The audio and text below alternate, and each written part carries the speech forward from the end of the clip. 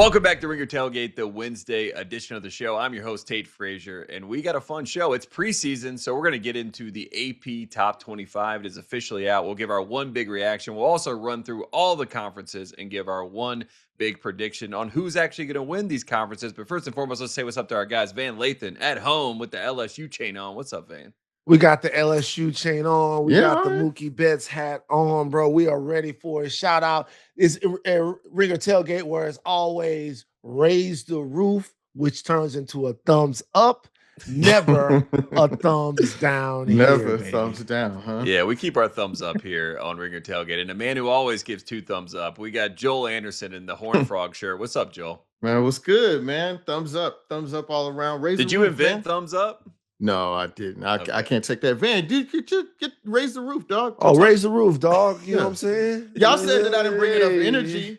Y'all said I didn't bring enough energy at the beginning of the show. That's why I lost the privilege of kicking it off. So I'm trying to show y'all, Well, no, you wouldn't do it. It's not even about the energy. Like we would be like, I would raise the roof, but then we would get to you. It should be you that raised the roof. You made it up. That's right. But you would forget to raise the roof. You forget your own shit. It was really hard to just figure out a good time to put it in, the opener, right? You've mastered that. I'll give you credit for that. You really know how to transition into that. Comes out with electricity every single time. Yeah. I'm just not like, this is what I was talking about. You're kind of a slow burn, Joel. Not to do a bit of a pun, No, you listen, get into it. Yeah. But like, this is just what I'm talking about. This is what I was thinking about when I was telling you that you were like Shaq and I was like Stanley Roberts. It was stop with that shit, bro. That's what it was. That's what it was. So you're saying you were first, but he mastered it. Right? I am older than Van. What I'm saying though is that the whole conceit, the story was about how Stanley Roberts never lived up to expectations, and they compared him to Shaq, and they were like, man, when they were at LSU, Stanley Roberts would bust Shaq's ass, and everybody thought Stanley Roberts was going to be great. But this, sort of the conceit of the story is that because Stanley Roberts was uncomfortable with the tension, because he was just sort of a secondary player. He was not somebody who was built to be a star, and thus he never reached his potential. And they compare him to Shaq, and it's like this scene where Shaq is walking through this crowd, and everybody's like giving him dap, and he's just eating it up and loving that shit. And I was like, that's kind of who Van is. That's Van. This is a compliment. You are very comfortable in a room. Like you remember how you said one time, you step in a room, you kind of expect to be a factor. I'm a person, I walk into a room and I kind of don't want to be noticed. You're a blender. You blend. Yeah, I'm a blender. You're a blender. I'm a blender. Joel, first of all, shout out to Stanley Roberts. Yeah. I love how you're basically saying that you're more talented than me, but I try harder. But I'll say this though. I'll say Tate has something to say regarding the NABJ before we start the show. Take it away, please. Well, I just was asking you guys because you guys were talking about it beforehand. There was a thumbs down award that was handed out, which is, I think, something we should think about on this show. Maybe we have a thumbs down award that we get to. But if you're gonna have a thumbs down award for Stephen A. Smith, who ended up receiving that award, I just asked if there's a thumbs up award that should also be in play. Like they should. If you get a thumbs down, we need a thumbs up, right? Am I wrong to think that? I think that's what the Excellence in Journalism Awards are for.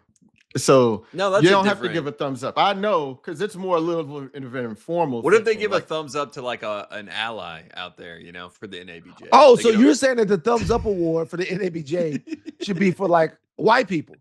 No, not for white people in general, but anybody that's an ally, that anybody that moved the needle in the right direction, thumbs up. NABJ needs white people and white people money, so that's actually not a bad idea. You get somebody in. It's like when the Route 100. Billy says I'm angling for the thumbs up award. I don't want the thumbs up award. I'm just saying. You do want the thumbs up award. You made up the award for yourself. It seems like to me it's the Tate Frazier thumbs up award. I just think thumbs up would be nice. Like if you announce thumbs up and then thumbs down, I think you get like a nice little dichotomy there between the two situations. Okay, Tate, here's the deal. First of all, we used to do this on Higher Learning. We used to do something called Unexpected Ally of the Week. We stopped that shit quick. We was like, first of all, we couldn't find that many, and then the shit got crazy. We stopped that shit quick. That was slight Higher Learning trying to be, How many times could you name Miss Rachel, man? I mean, Miss Rachel is the unexpected ally of the millennium. Miss Rachel thumbs up award. Miss Rachel gets the Tate Frazier thumbs up award from Tailgate. Yes, Miss Rachel going crazy out there. Miss Rachel, like she fighting the good fight. She gonna say nigga pretty soon. She gonna put.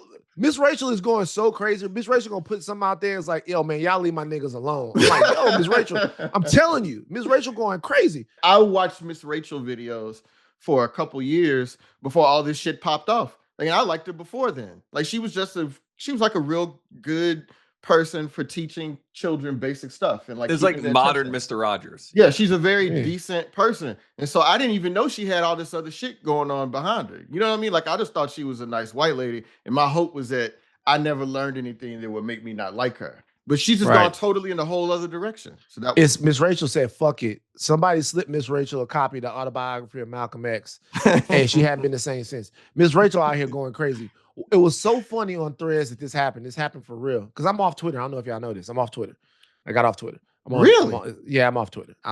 Twitter was making me too reactive and like I'm arguing all day. It's stupid. I'm a Threads guy.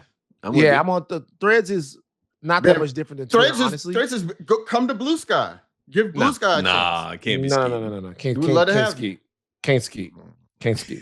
But so somebody on Threads was like, yo, shout out to Miss Rachel, but it's starting to get a little performative right now. Oh, I did. I've never seen somebody get their ass kicked in the comments so bad. All the black people was like, well, guess what? Let her perform. I mean, we in the dirt right now, okay?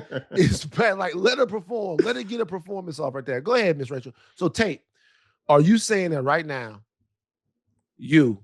Tate Frazier, who's invented another way to recognize white people, no, it doesn't have to be white people. You said an ally. An ally can be anybody. You know what I mean? Well, no, if you're inside the community, you're a good community. Yeah, I mean, you had an opinion on our business. You had an opinion on black people's business. So now you're involved. You're involved. So the inaugural Tate Frazier thumbs up award for ally that goes to Miss Rachel is what you're saying. Yeah, salute, Miss Rachel. So Stephen A. Smith, thumbs down. Yeah, raise the roof for Miss Rachel. Thumbs down, Stephen A. Smith. It is kind of funny too. That, I mean, man, you giving out these awards and everything. We haven't even supported ALS research yet. We're still off that. How many weeks is this going to go on? It's going to be like Tom Segura. I didn't even have instigators this week, but Joel, you're instigating right now. It's going to be like Tom Segura or Ringer Tailgate Field Day. It's going to be just a thing that just never happens. Okay, so I'm going to do the video. It's on me now. I apologize. So I'm going to do the video. And it's funny. It's like, there's all kinds of things. It's like reminding me that we need to do this video and stand by this amazing cause. It's a great cause. Yeah. It's a great cause. Great cause. Seriously. Like I was watching an old college football game and it was SMU and Chris Johnson's son got the ball, hit the gap, and then scored, right? And I was thinking to myself, man, I used to love watching his dad run that ball. He ran so amazingly and effortlessly, was very fast, but stronger than you thought. Amazing vision. A lot of times burners don't have the vision that he had, which is why he could like make the runs happen like he did. So it just made me think of his father, think about him. And so we need to do the video. What? This is funny. This is, I mean, he's at Clemson now. Believe it or not. Oh, he left. He left. He was at SMU when this game was on. Yeah. So he is the son of a former football player, but not that Chris Johnson. His former Chris Johnson played receiver at Oregon State. It says in his bio, despite online reports to the contrary, he is not related to the former Tennessee Titans running back of the same name. Now, let me tell you something. We have to leave that in, and I'll tell you why. This is the Kenny Lofton Jr. all over again. It is. We have to leave that in, and I'll tell you why. Because on that broadcast, they were making it seem as if he was Chris Johnson's son. Yeah. Oh, I wonder if those are the reports, despite reports to the contrary. On that broadcast crew. Like on that broadcast, it was like, just like his dad, and his name is Chris Johnson. You're not catching him. Now, here's the deal. Was his father, who played for Oregon State, was he also a speed burner? Oh, good question. Chris Johnson, Oregon State. Another Beaver, Doug. They're coming up a lot here. Yeah, Beavers are everywhere. Beavers are everywhere. Joel, you were putting on your story about beavers. Like, yeah, you're infatuated. They've got rabid beavers here in Maryland, and there was a story about how to stay away from them. Yeah, I never want to be around a rabid beaver. I can't find. I mean, presumably this guy played a long time ago. Oregon State football, Chris Johnson. I'm not going to be able to find. That's the thing. Chris Johnson is a very popular name too. Oh yeah. wait. Oh no, this motherfucker was amazing. Is this the guy? Okay. Here. God damn. All right. So Chris has developed into one of the better receivers on the team, and adds to the depth of the position. But he also played basketball at Oregon State. Nice. Okay, you guys, I have got to. This was SMU versus. I have got to find this game because you guys aren't going to believe me. I remember last year I was talking about that. We talked about the Nepo ballers. I think he was one of the ones we threw out. Yeah. So this was SMU. I can't remember who they were playing, but they were playing this game. This was a couple of days ago, and they give him the ball, and he goes, "With that name of Chris Johnson, you're not catching him. He's gone." And then he outran everyone. This guy runs a 4.240. So then he outran everyone. And I'm like, oh man, this is a sign that we need to get the video together. But the broadcast was definitely making it seem as if he was the son of the Tennessee Titans, Chris Johnson. I'm being for real. Yeah, but if someone runs a 4.2, I mean, you just kind of, and has the same name, you would assume. That's the case. That's totally fair. Yeah, I would have, until I found out it wasn't him, I thought it was him. I was like, it only makes sense. He's a fast guy playing that position. Chris Johnson Jr. I think he's from Florida too. Fort Lauderdale. Yeah. So I was like, well, I mean, it only makes sense. But evidently, there's a lot of Chris Johnsons out there with a lot of athletic ability. Yeah. Shout out to Chris. Should we raise the roof for all the Chris Johnsons? Raise the roof for all the Chris Johnsons. Raise the roof for everybody. Raise the roof. Oh, speaking of ALS, man, OJ Brigance, he passed away from complications related to ALS. A former Baltimore Raven, a former Rice University football player, bro. Oh my God. I didn't even realize this. OJ Brigance went to Willowridge. Willowridge that's my hood. That's the school that I wanted to go to, was zoned to throughout high school. Oh my God. OJ Brigance is a local legend. That's even more tragic. He died at the age of 56 a couple days ago. Another Mo City legend. So we got to get the video done. Van will send the video. Shout out to Anthony Edwards. And then we will piece it together and we will put it on Instagram. And we will be officially on the right side of history here because it has been a complicated journey to get to this point. But we're going to get there. That's what we do here on Ringer Tailgate. We're going to take a quick break. When we come back, we got one big reaction to the AP Top 25. We're going to do one big prediction. We're going to go through the conferences, pick the team that we think will win each conference, and we will have a lot of fun along the way. We'll be right back on Tailgate right after this. This is Ringer Tailgate presented by FanDuel. College football is back, and with more games than ever, there are more ways to play than ever. From conference champions and national title futures to team props, FanDuel has everything you need to stay in the action all season long. Head to FanDuel.com/tailgate to get started today. Must be 21 or older in select states, 18 and older in D.C., Kentucky, or Wyoming. Gambling problem, call 1-800-GAMBLER, call 1-888-789-7777, or visit ccpg.org/chat in Connecticut.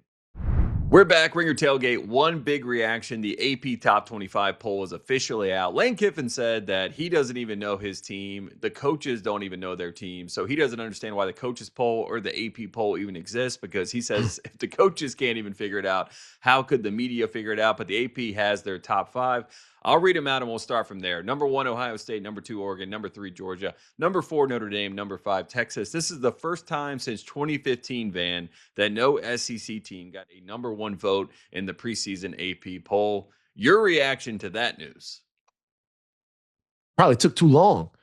The Big Ten has been the best conference in America at the top of the conference for going on 3 or 4 years now. And if you look at it, Georgia's a quality football team. Texas is a quality football team.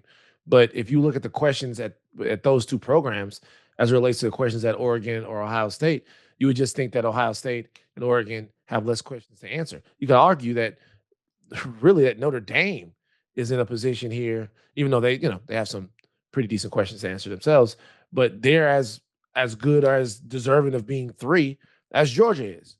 Then when you sort of look at what's happening from, I'm going to say 8 to 11, that kind of tells the story of the SEC, which is you have a logjam right there between A&M, Ole Miss, Oklahoma, and LSU. And that is what the SEC is right now, which is a logjam of quality middle tier teams, middle to upper tier teams, like upper middle. It's an upper middle class conference when it used to be an elite conference. It used to one be percenters. Yeah, it used to be the top of the one percenters, right? A wide receiver room full of first round picks, a running back room full of first round picks. Now, this is an upper middle class college football conference is what the SEC is right now. And what's above them here, maybe with the exception of a Miami, you kind of feel around and see what they are the elites. That top 5 right there, those are the elites. I would argue that maybe even Texas has some questions to answer too. Texas being so, I don't know. Like I look at this and I think this is kind of what the SEC is now. Well, still 2 teams in the top 5. Obviously, the top 2 teams are both Big Ten teams when you talk about Oregon and Ohio State. But when I look at the top 5, Joel, Ohio State has to answer what do they do when they replenish the defense. Georgia has to answer when they replenish the receiver room. What does that look like? Notre Dame has to figure out kind of who they are without Jeremiah Love and Jadarian the running Price. back room. Yeah, exactly. And then Texas has to figure out, can they just actually put a full season together? Because last year we saw them play well at the end of the season when Arch kind of got his sea legs underneath him. But Oregon, to me, is the one team that doesn't really have that many questions. So I wonder, Joel, why are they not preseason number one? It is interesting because I felt the same way. I was actually going to say, why isn't Oregon number 1? And that's no shot at Ohio State. Ohio State has one of the best quarterbacks, the best receiver, one of the best running backs, and a tradition of excellence. But if I had to guess, I'm like, man, Ohio State had maybe one of the best college defenses in history. Like, I mean, statistically and empirically, like it was like one of the best defenses that their college football team has ever fielded. And they had to replace so many guys. And so many names that we know. Many names, Caleb so Down, Styles, Reese, right? So many guys we know. All that talent. And it just seems, I mean, they were a very good team last year, but they weren't an overwhelming team. So if the defense just takes a little bit of a step back, which means it could just be great in this year, but not historically great, you got to assume. 15. Yeah. Whereas with Oregon, they don't have very many questions. They just got to stay healthy. And they lost some production on offense from last year for sure. Yeah, that's true. They lost Kenyon Sadiq, but the backup tight end, Jamari Johnson, I mean, he basically had his production, 510 yards, 3 touchdowns. Their running backs room is healthy. The receiver room is going to be healthy. Oregon, I guess they lose the coordinators would be the pitch. But they got the best defensive line in the country, bro. Like, I mean, like they're going to be great on the offense. They don't have any weaknesses. So that's why I would have them number 1. Oregon doesn't have any weaknesses? What is their weakness? I mean, I think they still have a lot to prove in the receiver room. I mean, they're getting some guys healthy back. And I think they're replacing probably the best tight end in the country or one of the best tight ends in the country. And they're going to have to replace that production from a receiver room last year that was good, but that was unproven. You were able to use him as a safety blanket. I think they have some questions. And also, when they play the top teams, they don't perform well. We don't see the Oregon that we see against the other teams. I mean, that happened in the playoffs. To me, the bigger question. That's in the play because they beat Ohio State in the regular season a couple of years ago, right? So that should count. I mean, I was at Austin, but that win should count. Like that was one of those games that people say Oregon can't win, and they went ahead and won, but they just haven't followed it up in the playoffs. But if you're looking at the beginning of the season, they've got maybe the best quarterback in the country. They've got and all this other stuff around it. I lost 2 guys off the offensive line as well. Yeah, I mean, again, everybody loses guys. Everybody loses guys. Right. Yeah, that's what you said, nigga. What you said was that they had no questions.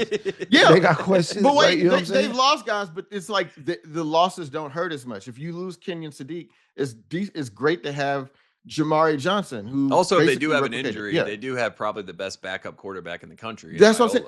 They have so much depth. They had so much depth that they could afford to lose a guy who was a 1,400-yard rusher at Tulane. Is that right?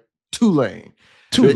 Mekhi Hughes, they had no use for him, and he left and is down at University of Houston to reconnect with Willie Fritz. But Oregon just has so much talent. I guess maybe the thing is, and I know what you all are saying, they do have a few. You guys think they have questions. I don't think they have questions, but I also think you would have them number 1, is what you're saying. Right. I think it's going to be hard for people to believe that Oregon is number 1 until they win the championship. Like that's just what it's going to take. I just think that's what it is. So you think overall, though, that they have a better team on paper right now than Ohio State. Yeah. Right now. Yeah, I would trust Dante more over saying, head to head. Yeah, I think Ohio State could beat Oregon, but that doesn't mean that I think that I still think that Oregon has more overall talent. And yeah, like you said, like Tate says, like Dante Moore, I'm not going to take pretty much any quarterback in the country over him. And he's got a great defense, a great secondary, the best defensive line in the country, a really good linebacker core. And again, I use the Athlon's preseason mag. I've been getting it since I was like 10 years old. I did want to bring this up too. So this is the third reigning national champion to be ranked outside of the top 5 in the preseason in the CFP era. Each of the last 4 times the reigning national champion was ranked outside the preseason top 5. That team finished the season unranked. 24 Michigan, 20 LSU, 11 Auburn, 08 LSU. So LSU's on there twice, Van. Do you think Indiana has a situation where they may end up having a season that we don't perceive to happen? Or is this just another slight towards Curt Cignetti, the fact that they're not in the top 5? Once again, we've talked about this before. They're still going to make Curt Cignetti prove it that he can maintain the momentum of the program from year in to year out, right? So like when you're talking about a coach that establishes himself as an elite coach, it's actually not about players, it's about process. Everybody knows that, right? Because the elite coaches that we've seen coach at a high level for a very long time are able to do that with different players. Now, they're doing it with great players, no lie, but it's the process by which they procure those players, get them in and develop them. And people are just going to have trouble believing that is sustainable at Indiana until they do it for a little while. So it doesn't matter what happens right now, even with the season they had last year. I think after this season, if they're a quality team and they're back in the playoff again, you'll see people respond a little differently. But, LSU's, like you said, LSU's on there twice because they know that LSU has these gulches, these seasons where things don't come together. And they haven't been a team that is able to be every single year one of those, we're 1, 2, or 3 in the nation. We are 1, then we're 2, then we're 5, then we're 11, then we're fucked. And you know what I mean? So those are the stages. Yeah. Those are the stages. But what we have in Louisiana is just an insanely fertile backyard of football players where if you can get those guys once every couple of years, you're going to have a real shot. Indiana doesn't have that, so process is even more important. Yeah, it's a fair point. And I also think, there is that, but also they lost the Heisman winning trophy quarterback. They had more players drafted out of Indiana than has ever been drafted before. So it is reasonable to assume that, like, hey, man, that's a lot of people to replace, and there are a lot of other teams that have a lot of other talent. And to your point, Van, it's just like, yeah, because we know that Georgia's going to reload. We've seen it.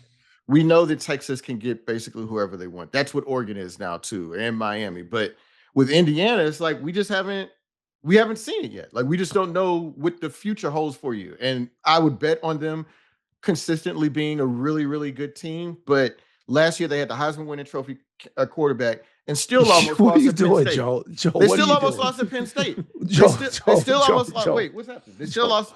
What? Joe, what are you doing?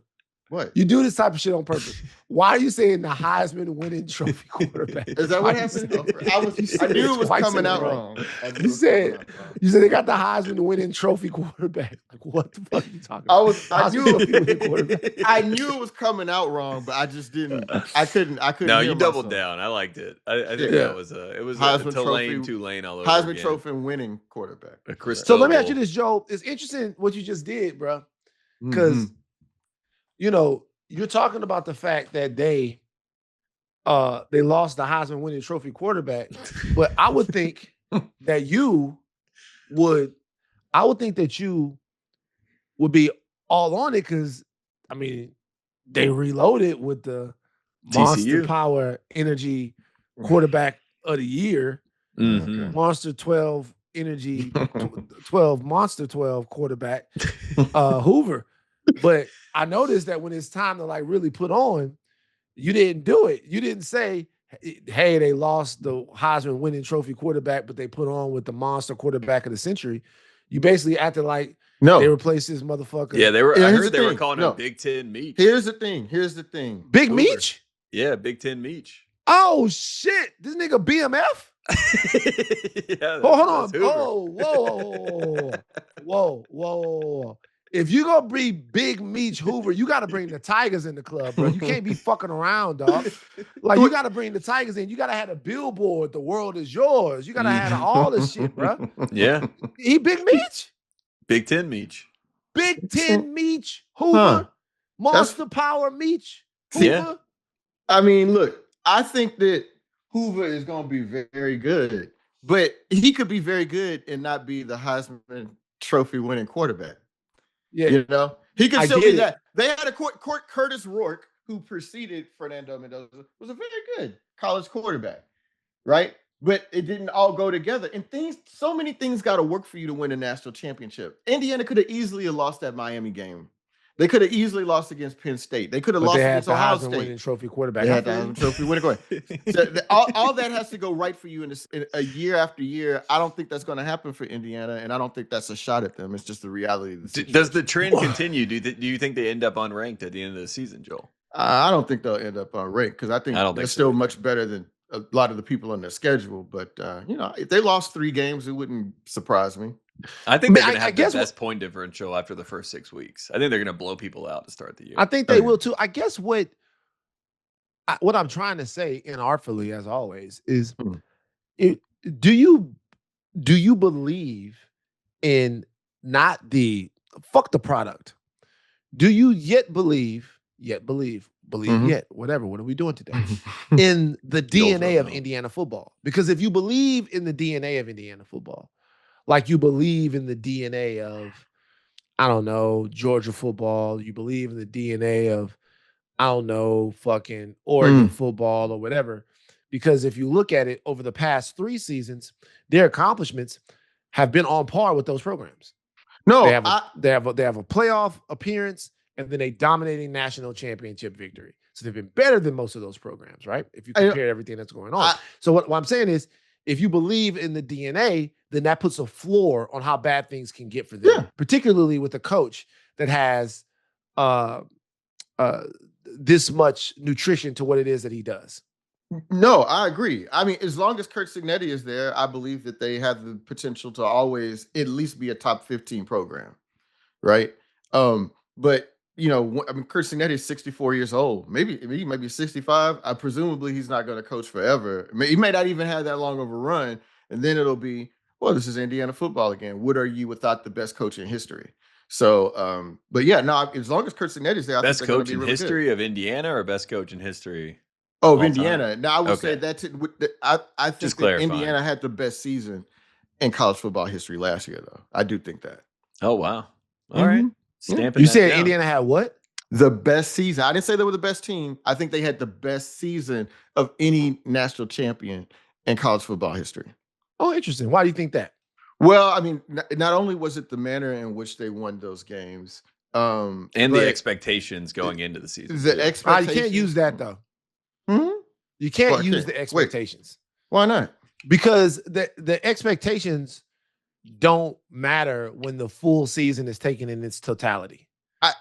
Who cares? I'm talking about a story, though. I'm talking about a narrative. So this is all part of a narrative and part of a narrative that I would say Cam Newton and Auburn are in that conversation. Yeah, it's as just far as nobody they were saw the this expectations, coming. The narrative, Nobody in Indiana thought this would ever happen in history. Then they went out and won, and they beat all these heavyweights. They beat Miami. They beat Ohio State. You know what I'm saying? They beat Oregon. They beat the dog shit out of Oregon twice. You know? And okay. And so just what? So this is the only thing I'd say to that. So they beat. So tell me who they beat again. I said Oregon twice. So Oregon's never won a national championship. What that got to do with anything? What I'm saying is they are a great team, but like when you say beat these, they might have won, but they haven't won in a. I'm not if they might have won back in the old Smokey Johnson days or whatever. Wait, who did? Wait, who? The Oregon. And Miami as a team, they've won in basketball. They won the first basketball national championship. Miami as a team is a team that is reestablishing their identity. But wait. I mean, so look. I mean, the thing is, either you're using a different argument then, because you're saying Miami, they've won championships, but those championships don't count. But then you say Oregon never won any championships. But Oregon is still a really good team. So let me tell you what I'm trying to say. This is what I'm saying. Those are both really good teams, right? Yes. But like I'm not taking anything away from Indiana at all. If they're the best story of a national champion ever, that's one thing. You're with but saying they're the best, they had the best season is a different thing to say. Because if you're going to say that they have the best season, then you have to put a bunch of teams in there. There are teams in there like Texas, the Vince Young Texas team. Forget 2019 LSU, which everybody is going to go to me bringing up. Forget them. Put them out of it, just for the sake of or argument. 2014 TCU. Forget them too. Forget them. Fuck them. Yeah. 2010 TCU. Okay, so like look, if you looked at other squads, if you looked at the Texas team with Vince Young, right? Mm-hmm. When you think about the way that they won that game against a team that people thought was the greatest college football team of all time. Yeah. Right. When you and one of the best dynasties of all time. One of the best dynasties. I don't think it was a dynasty in any way, shape, or form when you look at it and the totality of it. Oh, that's the LSU and you coming up, but go ahead. No, it's not. It's like it's not. That's the LSU and LSU and USC got a thing. But I'm saying it. But whatever though. That's a team that was chock full of talent, 2 Heisman Trophy winners, the whole 9, right? Texas does the thing. Then Cam Newton. You look at a bunch of different squads like that. It's like these teams have to go through heavyweights and all of that stuff. I don't know that I look at Indiana and say that what they necessarily did was like better from a season perspective than a lot of those other teams. Let's look at it. Yeah, well, because what I was going to say is that they beat the defending national champion in a big spot. And it was Ohio State was undefeated at that point, right? Yeah, they were because they were number 1 going into that game. Yeah. Right? So they beat the defending national championship with a first-year starter at quarterback. Yeah. So what I'm saying is all of that, like all of that stuff matters. Like LSU beat Trevor Lawrence and Clemson in the national championship game. Who did they beat Jalen Hurts in Oklahoma? They beat and not only did they beat these teams, they fucking destroyed them. Yeah. Right. They destroyed them. So if you're gonna look at and let's not take anything away from nobody Indiana. has gone 16-0 in college football in over 100. It was close to, close to 130, 40 years. So it's the first 16-0 season since even before they even thought of letting black people play. They didn't play that many games. That's there's more games in the season now, right? Yeah, I know. Yeah. So that matters. But that's part of what makes it one of the best season in history is that they had to not beat one so of them, many. You said the best. Yeah, the best season in college football history. They had to win more games than anybody else did against elite competition. Like it's not one thing to play in a semifinal and maybe beat an overmatched number 4 team like Cincinnati or whatever, because that's how they did the polling back then. But it's a different thing when they had to play against a series of great teams. They had to win like 3 extra games to win a national championship. I think that counts in the calculus for me. But again, including a championship game, right? Yeah, including a championship. But again, I'm also including. So this is my version of best season of the year. If Van wants to have his best season of the year, you should come up with it. Best season of the year. Best season in college football history. Best season of the year would be a fun series. Van, it's kind of funny, Van, because at a distance from where I'm looking, I do have my eyes are bad. You kind of look like that picture of Future when he's like standing against the wall. You know what I'm talking about? Sensational. So this is what I'll say about about Indiana's season. If you're talking about best season ever. Because when you start comparing when you start looking at best season ever, you have to compare. You have to start like asking questions and stuff like that, right? So they beat Penn State by 3. Yeah, right. They beat with maybe the play of the season. Wait, right? you're arguing with me about. Wait, I'm not. I didn't say they were the best team ever. No, you said they had the best season ever. Yeah. So I would say having the best season ever is playing all of these top 20, 25 teams, all of these great teams, and destroying them all. I'm just saying. I'm talking about storyline, man. I'm it was a great game to win. It was just it was amazing. Yeah, it was great. If you were Indiana fan, no, listen to this. Just answer the question. Answer the question. If you were not the past, what college football fan has felt better than Indiana fans felt last year? Do you think any college football fan base has ever felt as good to win a national championship as Indiana fans did last year? Here's the problem with this. This is the problem with this. This shows I would say Auburn 2011. Bro, you don't know shit about winning no national championships. Okay. Because Okay. this is how I know this. Okay. This is how I know this. Because every team, besides maybe the Bama people who got used to it, feels that good about winning a national championship and a Heisman Trophy. Cam Newton, Vince Young, Auburn felt so good about his national championship, they fired their coach 2 years Auburn later. going crazy. That's how good they felt about it. They'll fire your black ass. But that's what I'm saying. He But came back. That'll never happen. So what I'm saying is, bro, like, people feel good. It's a national championship, Joel. It's a national. So you don't think when Georgia finally got over the hump? Hold on for a second. Georgia had been knocking on the door, knocking on the door, knock, Nickelodeon. Like, you don't think when Georgia finally got over the hump, they felt amazing? Clemson, after years of Clemsoning and not winning the national championship, but they finally get over the hump. So you don't think they felt good when it happened? All of those fans have looked at their rosters and looked at their circumstances and been like, we could be doing better. Indiana fans, not once in their life, probably looked at their roster, looked at their tradition and history, and said, Joel, would this would ever happen? Joel, it's coming. Now, as they establish tradition in football, it's coming. And I'll tell you how I know. Because those Indiana football fans are old Indiana basketball fans. Yeah, they got the Bobby Knight of football now. Exactly. So if you ever wanted to see a tortured fan base that was asking, when are we going to get back to the glory days? When are we going to be able to do it like we used to do it? Isaiah Thomas, Scott and May. all of these people. Scott May. When are we, those people that Indiana basketball fans had a distinct set of expectations that was tied to that logo and to that school. So it's definitely going to happen. It just hasn't happened yet in the football program because it was a pleasant surprise. I mean, I hear, but that's what I'm saying. That's all the elements of what made it so special. Like, they never thought it would happen. There were these great dramatic highs, and then they had to just really endure the brutality of the season and figure out, like, oh no, our team is actually great, and then win against one of the premier blue chip programs in college football history. That's why I say that. You know what I'm saying? But obviously, we just disagree. But it's all gravy. Yeah, you know, I like the tangent though, Joel. But I mean, but again, TCU went them going undefeated in 2010, winning the Rose Bowl is incredible. Like, I was so excited. For some reason, I was at Ovi Muhaley's house watching that Rose Bowl. Who? Ovi Muhaley. He was a former fullback for the Baltimore Ravens and Atlanta Falcons. He played at Wake Forest with my homeboys. And so I guess maybe we must have watched the game at his house. The thing that was kind of annoying, we got there, Ovi was watching this reel because he was trying to get on TV, local TV. And he was watching this, he was making us watch this reel of him on TV.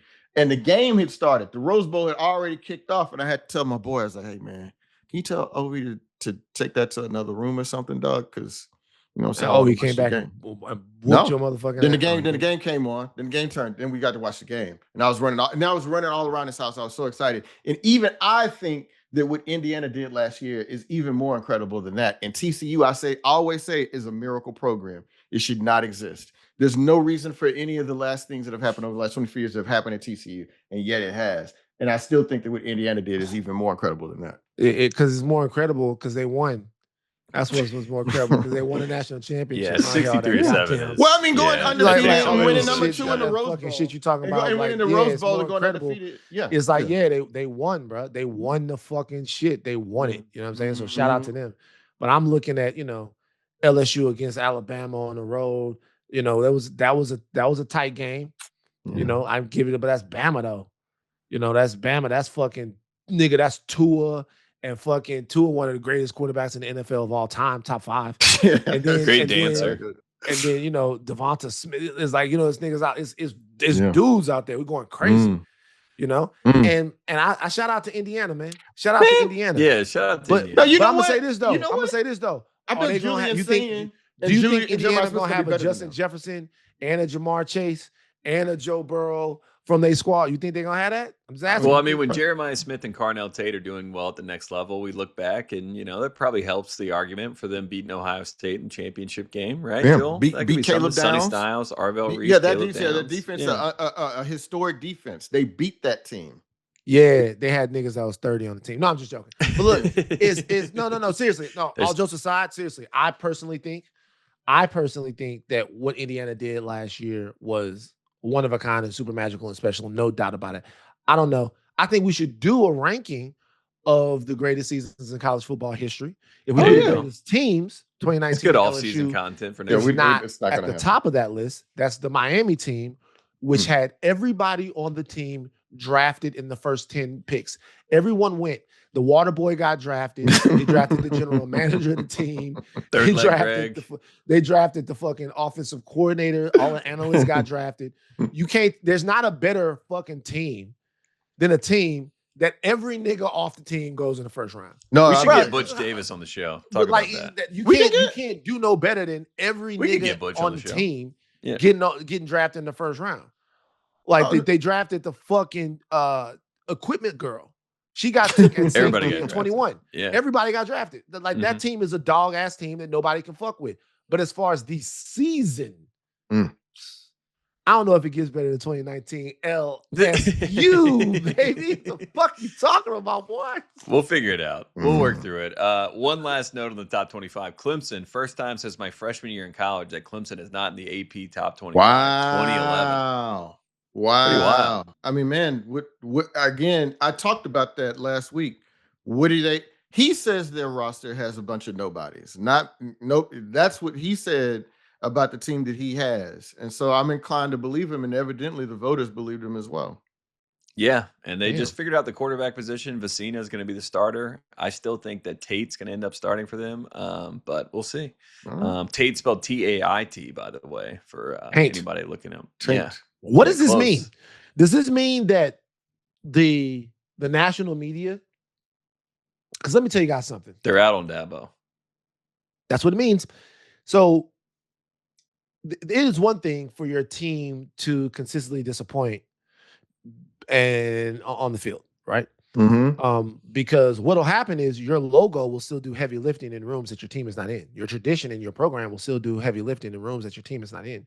The name of your coach, the recruiting class that you brought in, that will still glamour people into believing that you have a program that's an elite program. But then there comes a day where you prove them wrong, where they don't believe anymore, where it's like Dabo's name don't matter, the recruiting class don't matter, the blue chip ratio don't matter. None of that stuff matters anymore. These guys aren't what they used to be. And like, there are just very few coaches and very few programs that when they go there, they come back from that without a change. That's right. I mean, I remember Joe Paterno being able to stave off, kind of getting run out. Right. And he got a few years, and then they were pretty good and had different media landscape as well. Well, that's the thing. And that's why we talked about this last week. I think that we're nearing the end here for Dabo, man, because I don't think they're gonna move him still though. I hear you. I mean, again, it just depends on how long they're comfortable looking at their team lose 4 or 5 games a year. And maybe they want enough championships that they can suffer that. But again, the landscape is changing all around them. And at some point, Clemson's gonna have to show improve, because it's like, is North Carolina ahead of you? Is Florida State ahead of you? Is Miami ahead of you in this next realignment? You got to start jocking yourself there. And Clemson can't afford to be bad at football right now. Because Virginia might have even been in that conversation. They could jump them at some point. So we'll see. Man. Yeah, and Virginia Tech. Tech. I mean, Clemson doesn't bring. They don't bring any TV. It's not. I mean, like, it's not like there's not a huge market there. They could easily just be down there in the group of 6 with the rest of us at some point. I'm not saying that it could be. Well, what are you talking about, bro? Be careful. Yeah, Clemson fans are crazy. Yeah, you going, bro? Well, this sounds like Monster Power energy. Yeah, this is a Big 12 propaganda. This is some propaganda, bro. Are you drinking a Monster right Power, now? Monster Power. I'm just saying, propaganda. They are. They're on what the you same talking level about. as TCU right now. But I mean, my goodness. Big 12 is a better conference than the ACC.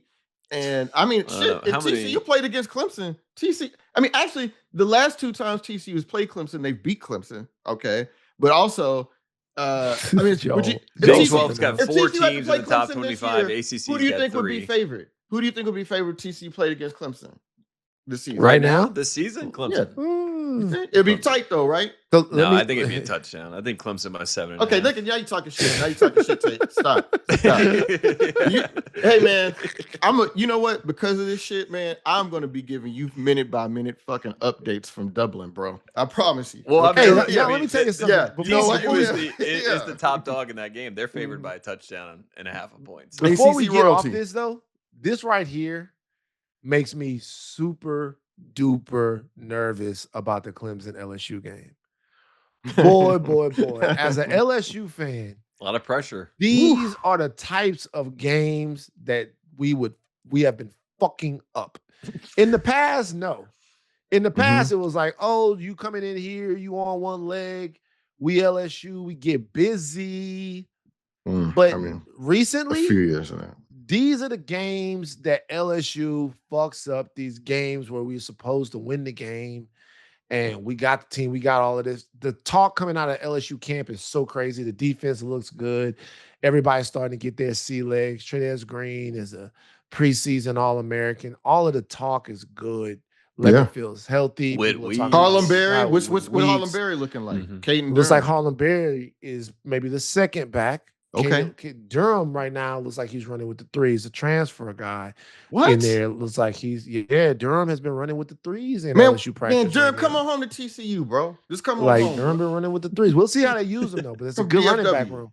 Yeah. But what I'm saying right now is that, like, having said all of that stuff, this is the kind of game to where if LSU has it like that, they need to go out and win. Because this will reinvigorate the Clemson fucking program if they lose this fucking game. It's the battle for Death Valley. Last year, LSU stole the Death Valley and the Tigers' name back. So we'll see what happens this time. We just thought that was a Titanic battle at the time last year. It's like, man, we thought that LSU game really mattered.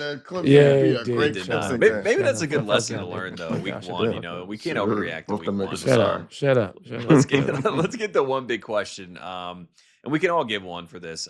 What's the number one storyline of the 2026 college football season? Now, I would say most likely the Lane Train in LSU. I would assume that would be the one, but you got Arch Manning that could be in the mix there. Maybe Indiana's redemption story. Maybe Oregon going for their first national title. Van, I'll go to you first. What's the number one storyline of the 2026 season?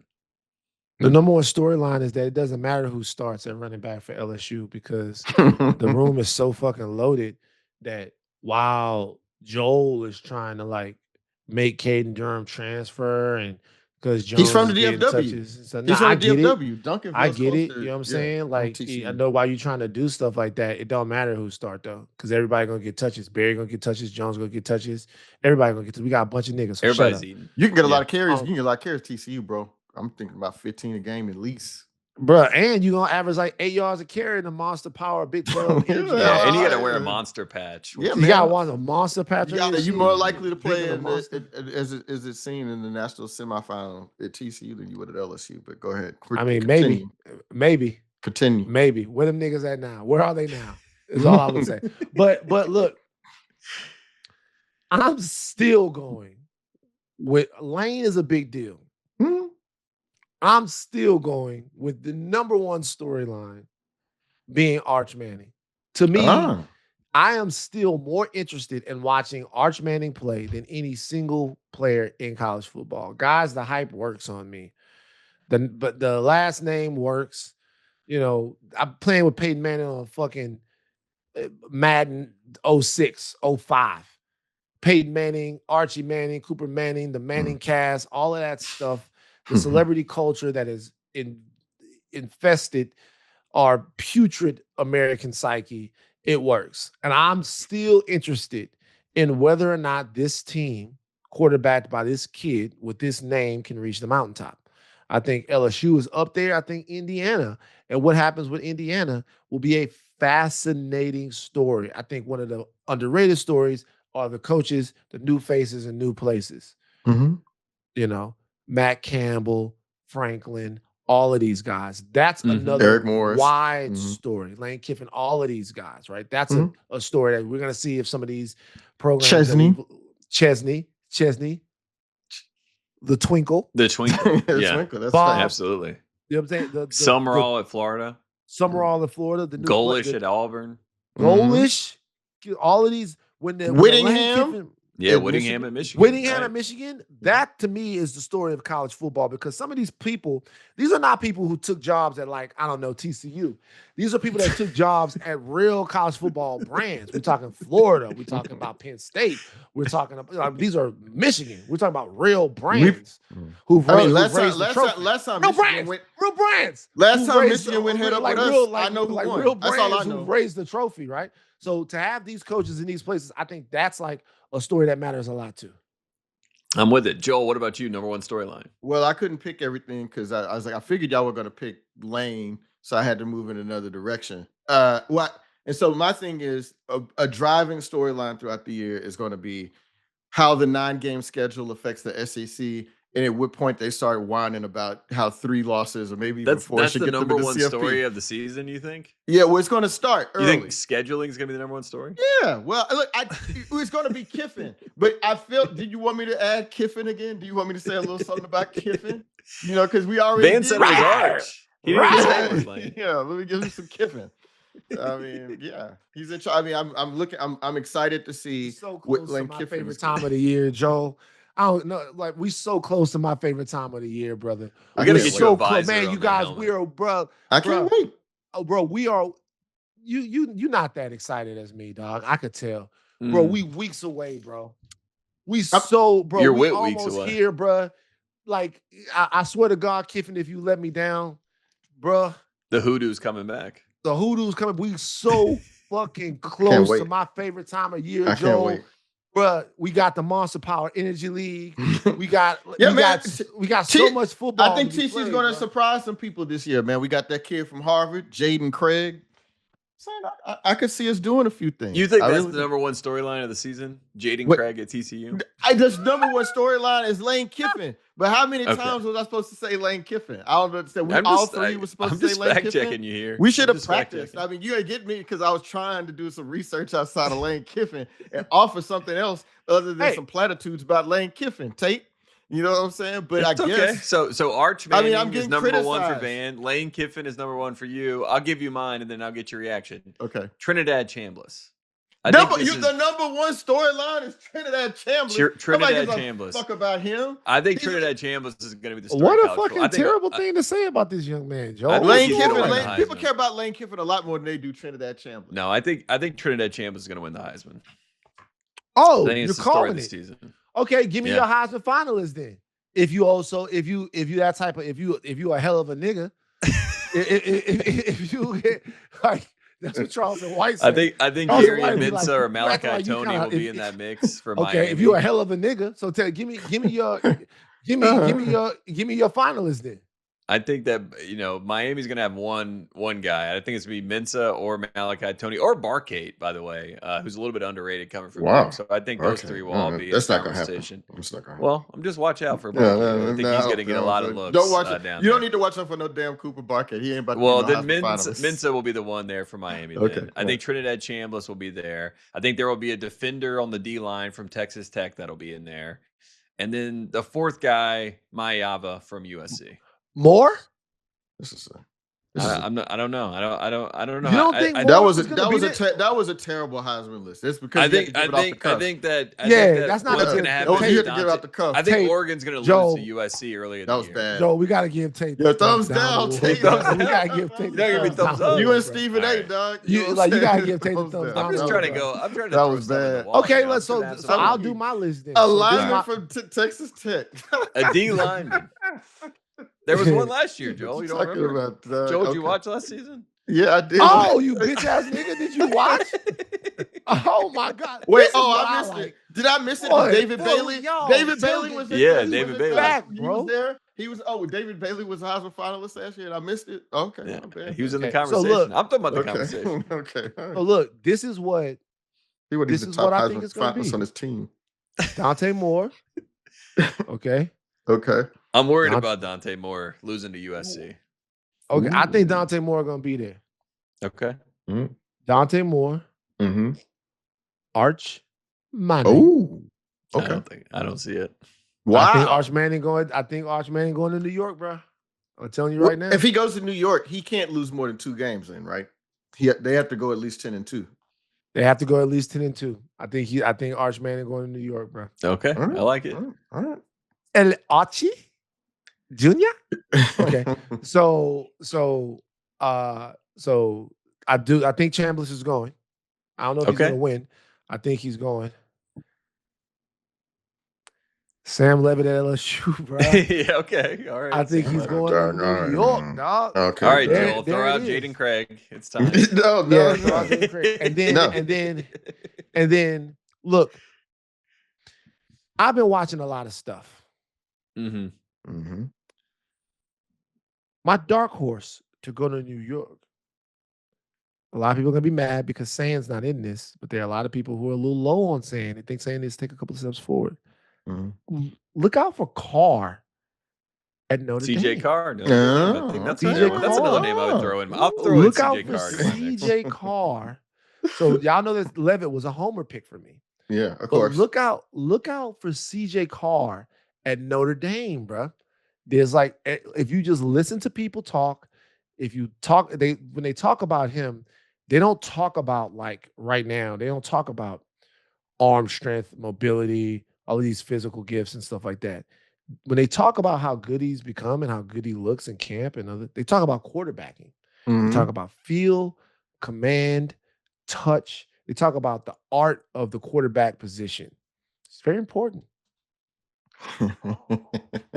And we just have to remind everybody, last year, we were talking a lot about Cade Klubnik, Garrett Nussmeier, you know what I mean? DJ Lagway, I crunched enough tape to tell you that none of them motherfuckers are gonna be good. And I was we right. We gotta pull the tape on that. Pull the tape. Please. I don't think you said Frias, get the tape, because I told people Billy's gonna find that tape. Yeah, Billy, you find the tape. I told you that Klubnik and I think Van and I got into a disagreement about Nussmeier. He was. Nussmeier is a fair point, but I think last year I said Carson Beck was going to have a big year. Van also said that. Van said Carson Beck. So that do y'all want my Heisman finalists or what? Yeah, we do. Jaden Craig. No, stop it. Julian Sand, Dante Moore, CJ Carr, Josh Hoover, Darian Mensah. All right, that's all quarterbacks. Don't try to act like you fuck with Josh Hoover now. You didn't like him. You complained about the turnovers last year. You said that they lost the Heisman Trophy winning quarterback of quarterbacks, and then you was like, and now they got to deal with a nigga from Boston. What about Gunnar Stockton? You could throw him in there too, Joel. Yeah, you know what? I don't know if he statistically is going to do well enough, and also just don't think people will look at him and say, "Oh, that guy is good enough to be a Heisman finalist in a year like this, when there's just a lot of talent at the top." So okay. Maybe that. Can I ask you guys a question? Bobo's great. Can I ask you guys a question? So Julian Sand didn't make a lot of our lists. Is it possible? What about Jeremiah Smith? Jeremiah Smith. They just showed you that they're gonna give it to Sand over Smith. They're gonna do it again, unless Smith has an incredible. I mean, like Larry Fitzgerald, just a year with 100 receptions, 1,600 yards. 12 touchdowns. If he does something like that, yes. But otherwise, they're just going to, like always, they'll give those votes to Julian Sand. But we know Sand is the best player on the team, but that's just how this works. So because Sand was there last year, you feel like Smith, with all of the talk around him, can't get there this year? I mean, he could get there, but we know that they're going to split. If Jeremiah Smith has a great season, Julian Sand is going to have a great season. We're gonna give our actual Heisman picks next week when we do our preseason award. So we'll figure it out. This is like a little hors d'oeuvre. I didn't even know. Oh yeah, Billy said no love for Nico. Oh man, Billy, jump on, bro. Jump on. Ask the hard-hitting questions. You turned on your boy, Joel. Yeah, Joel. Why no Nico? I can see him being third team All Big Ten, maybe something like that. Third team. It's a Joel award. Josh Hoover and Dante Moore in that league. But they brought in Derek Carr to mentor him. So yeah, I mean, come on, Joel. I think Josh Hoover is going to be a very good quarterback. But we're talking about Nico. We're not talking about Nico now. Nico. Josh Hoover didn't escape the monsters. Chris Ryan said his favorite thing about Joel was how much he defended Nico, and now look at him. Yeah, I think Nico's going to do very, very well. But I just don't think that, that doesn't sound like a ringing endorsement to me. I mean, sounds like you're barely even buzzing the door. I don't believe he wants to in the be a twinkle in the Madden. eye. I think they'll win 6 or 7 games. You wish you were with us. You can't win 6 or 7. No, what? Huh? So wait. So all of this talk, and you think they trash? Who is trash? Bro, so all of this shit UCLA? you've been talking about Nico, and No. now Nico got the twinkle on his side. Wait. They got a new practice facility. Yeah. They had Jordans. Good receivers. Yeah, good receivers. Yeah. Did you see the Jordans? No, I ain't seen the Jordans though. They look fresh. They had Jordans all on the wall. At UCLA, you saw. You walked through. Oh, yo, you mean the Jordan wall? Yeah, I did see the Jordans. Yeah, that's right. I did. They had a very nice weight room. It was really cool. I liked it. But that don't mean I think. Look, man. Again, they're not going to be favored against USC. They're not going to be favored against Michigan. They get Illinois at home, but Illinois probably still be favored against them. They're definitely not going to be favored against Oregon. That's at least 4 losses right there. And I don't know if they'll go undefeated against California and San Diego State. Joel, that's why they play the games. That's why they play the games. That's why they play the games. Did you think UCLA was going to beat Penn State last year? You know? Come on. I had more faith in it than y'all motherfuckers did. That's for sure. Y'all wouldn't even nobody was defending Nico last year but me. So why are you banning ship now? No, I think he's going to be a very good, solid quarterback for a team that's going to win about 7-8 games. That's great. You know what I like about you, Joel? You're not for sale. You're not for sale. That's true. We went out there. We saw the Nike wall. We're like, these are going to be the national champions this year. Yeah. We're good. We see the twinkle. We saw the best team in the nation. Yeah. And you're like, this team's going to be lucky to win 4 games. Bob Chesney's going to be lucky if he has a job at the end of the year. Joel, calm down. No, you all are suckers though, dog. I mean, that I'm going to give Joel you is the real. definition of you never know his next move. I'm going to give you the real. I'm not going to lie to you. I don't have any agendas. You know what I'm saying? I'm not going to lie to y'all about how TCU 2014. That's an no. I said that team was very good and probably should have been in the playoffs though. But the problem with that argument is that the 4-seeded team won the national championship that year, which was Ohio State with Ezekiel Elliott and all them. So it could have been you. But it was a great team. But I think they were one of the 5. They could have won a national championship that year easy. I thought that team was more talented than the team that was undefeated and won the Rose Bowl. Just back on track though. You have no agenda. I have no agenda. And so you know what I'm going to say. Van's going to give you Sam Levitt as a Heisman finalist. You know, we know that Tate's part of the Carolina Mafia. You call games for FIU. You know what I'm saying? You're saying we're all compromised. You can say, I can wear this shirt and I'll give you the real about TCU and what I feel about the program. Did I not say it a little while ago? No favor. Did I not? Did you just give a thumbs up to us on Zoom? It did give a thumb up. Let me see. If you do a thumbs up, will it do it? Will it do it again? It just did it for Joel. It did it for Joel. It did the thumbs up. Does it do thumbs down? I didn't even do it intentionally. Joel, chill. What are you doing, Joel? Joel. Y'all, I mean, I'm telling you, Cam and Mace, settle down. This nigga did Joel. Settle down, Cam and Mace. You know what I'm saying? So you built the bandwagon for Nico, and now you're not even going to get in the bandwagon, is what we're learning. It's like if Noah built the ark and then was like, you guys are good. You all are on bullshit. And let's just move on because I mean, nobody wants to talk about UCLA football for this long. We already went over there. We do. Yeah. We were just trying to bring up. We were trying to help all right, you out. What do you think of the running back in UCLA this year? What do you think he's going to do? We're talking tell about me the UCLA's running back's name. Tell me UCLA's running back's name right now. Why don't you crunch Anthony Woods? Yeah, why don't you crunch the tape, Joel, and you tell us. He's falling over. All right, so Nico, no love from Joel for Nico this year. He's off the bandwagon. So when Nico has a huge, he's going to get a lot of help from Wayne Knight that transferred in from James Madison with Coach Chesney. Yeah. Well, I'll be honest, Joel. When Nico's going off this year, you cannot jump. You can't claim him anymore. Yeah. We're the Nico guys now, not you. Yeah. That is false. Again, the motherfucker, bro. You can't have it both ways, Joel.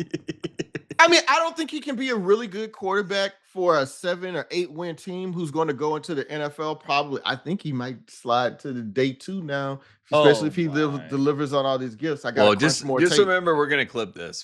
This is because he didn't do that interview with us. If he would have done that interview with us, this would have been. I wouldn't lie to y'all and say that Nico and UCLA were going to go 10-2. Man, look, bro. Todd didn't even talk about Nico in his show.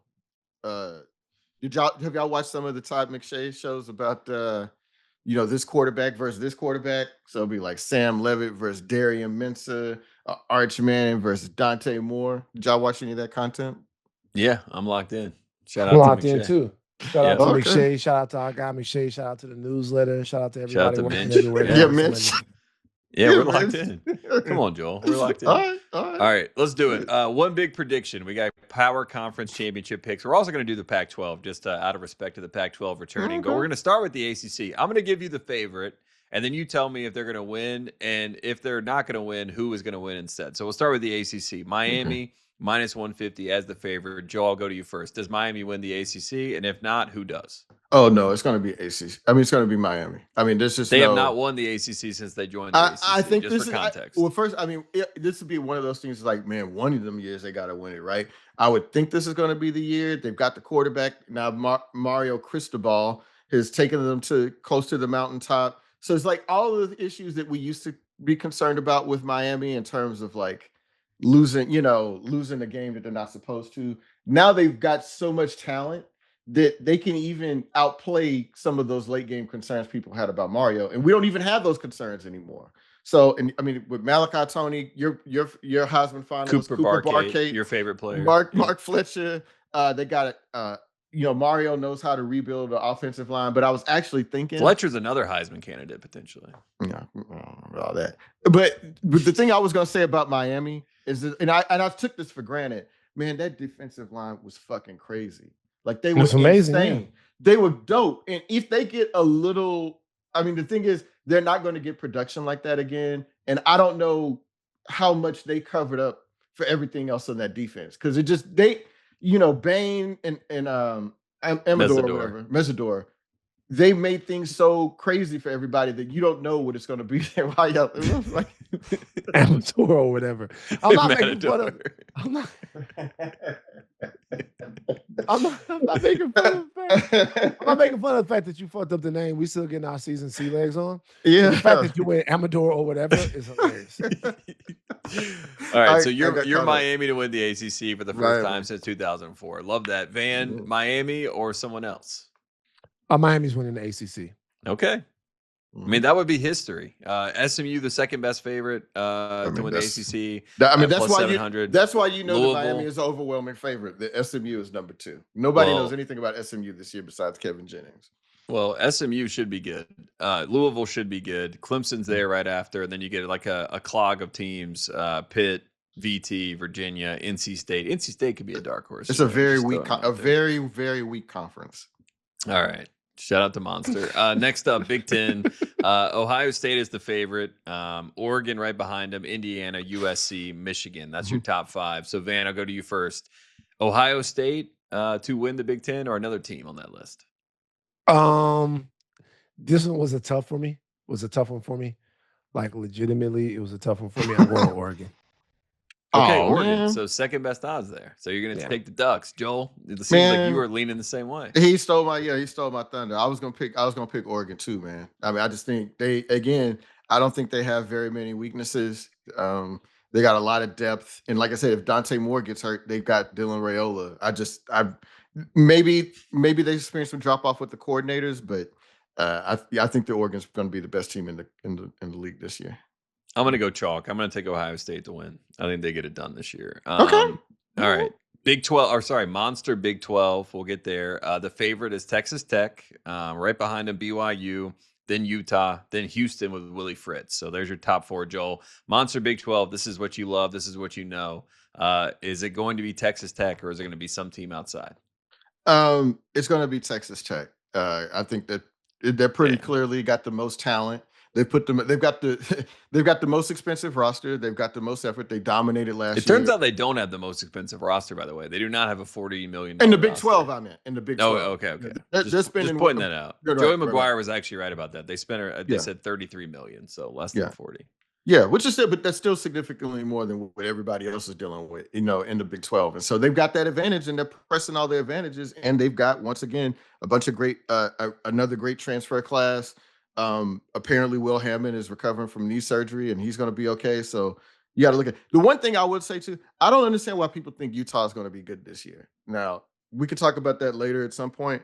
But you're not a Scally believer. You're not a they scallywagger. They lost the best coach in program history, their offensive coordinator, the best pass rusher, and all 5 starting offensive linemen. I don't would that. Well, they got Dan Pierre and they got Wei Sean back. Yeah, yeah. I mean, all right, good. I mean, they can't. I mean, unless they can block, you know. And oh, look at that! I'm getting them thumbs ups, dog. There you go. Thumbs up. Monster power. Thumbs up. Yeah. Anyway, so yeah, no. So I. But again, yes, I'm with Tech. If Texas Tech does win, do they score any points in the playoff, or do they continue to be an embarrassment to college football? Nah, they would. I mean, again, man. Just talking about conference powers. Miami's doing a lot of work for y'all. Miami's doing a lot of work for y'all, and I can't say. I'm gonna have a. We're gonna see if you have a lot to say. What day is that game? What is it? Is it the 25th or what? I don't know what game you're talking about. Yeah, you know what game I'm talking about. Put me on a thread with Lombardi. You know what I'm saying? Yeah, I'll get you. I'm gonna give you some thread. Joe, that's funny though, Joe. Come on, man. It's not funny. No, it's not. Joe, that was funny, dog. It wasn't, dog. No. What about you, Van? Texas Tech or someone else? It's Texas Tech. Texas Tech. Wow. If Texas Tech had Sorsby, they'd be at the top of college football. Yeah, man. Wait, what? Nothing. Texas Tech gonna win the Big 12, man. I missed that part. Big 12. The question is, who's the biggest threat outside of Texas Tech? I'm taking BYU. I think BYU wins the Big 12. Oh, to win the league. Wow. Yeah. You think BYU's gonna win, huh? Okay. I do. I think it's LJ Martin, Bear, Bachmeier. I think this is their year. I mean, and Sataki staying, signing the big contract. I just think this is a BYU. The Monster Mormons is what I'm going to call them. I think that they're going to win this year. It's not the same teams, obviously. The rosters have changed, but I mean, BYU didn't show me anything against Texas Tech that made me think that they'll be able to close the gap against them. But it's really Texas Tech's defense. I mean, if you look at kind of the first team predicted on the Big 12, it's like 7 guys from Texas Tech on the first team. So that's the difference. They don't even need an offense with that defense. All right, Van, SEC. Let's look at the favorite here to win the SEC. Obviously, the Georgia Bulldogs. We got Texas, Oklahoma, Alabama, LSU, Ole Miss. A lot of good teams in the mix there. Do you think it's Georgia or do you think it's another team outside of Georgia? Very tough. Very tough to call. Okay. A lot of quality at the top, but I am going with Georgia. The more I look at LSU, I think we're probably a 2 or 3 loss team.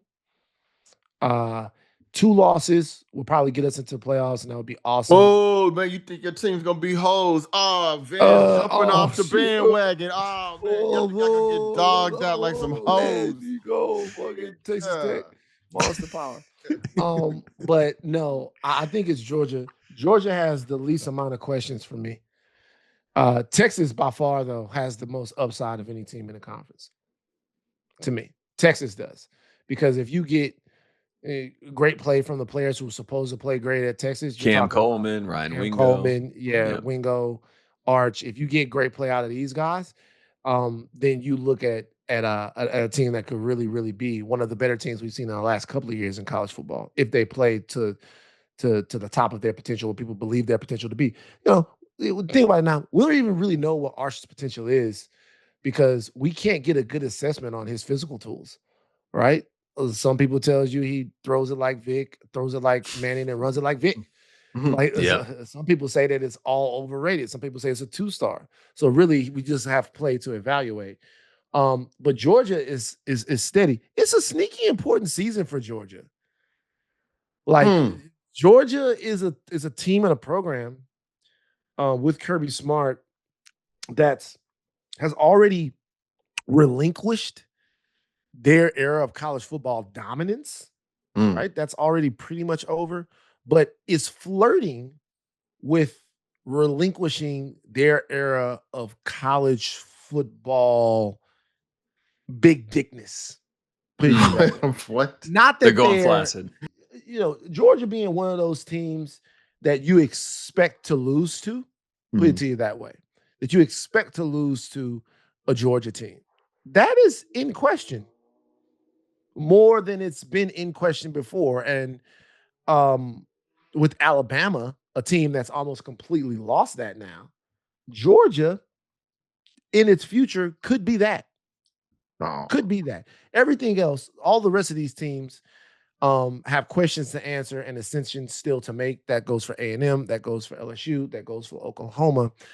And then you also have Ole Miss in there, which will be a very entertaining team to watch. But I don't think when the end of the year comes that Ole Miss will be a team that like you think is the top of the SEC. I think too much happened. Yeah, there you go. Georgia. I'm kind of with you. I'm with Georgia. Joel, what about you? Yeah, I'm with Georgia as well. It just this all guarantees that we're going to be wrong probably, but also our friend Bill Connolly at ESPN, and I didn't know this, but maybe I should have suspected it, that Georgia ranks 8 overall nationally in production returning from last year, and they had one of the best. The only thing people were complaining about Georgia's defense last year, all they were complaining about was that the pass rush wasn't at the standard of previous years. And that standard was ridiculous. I mean, that standard's like 3 first-round picks. Yeah. Nobody should be able to maintain that level of dominance. So, but they were still very, very good. They returned a lot of talent. They're going to probably be better at receiver this year. Nate Frazier has another year of experience and growth behind him. So, and yeah, man, I don't think Gunner he's not going to probably play in the NFL. He's not a great physical specimen, but I just can't deny that he's been at the center of some big wins with that program. So, he's a gamer, He's got a little bit of that Stetson in him where he just finds ways to win games. And obviously last year they had Ole Miss there on the ropes and then gave him too much time and Chambliss came down. So I wonder if Georgia would like to start winning with talented quarterbacks at some point. Like if they would just give it a shot, like how it would feel for them. Well, they recroot the talented quarterbacks. Yeah, they had Fields. Yeah, they end up leaving. They ran them off because of the essence, man.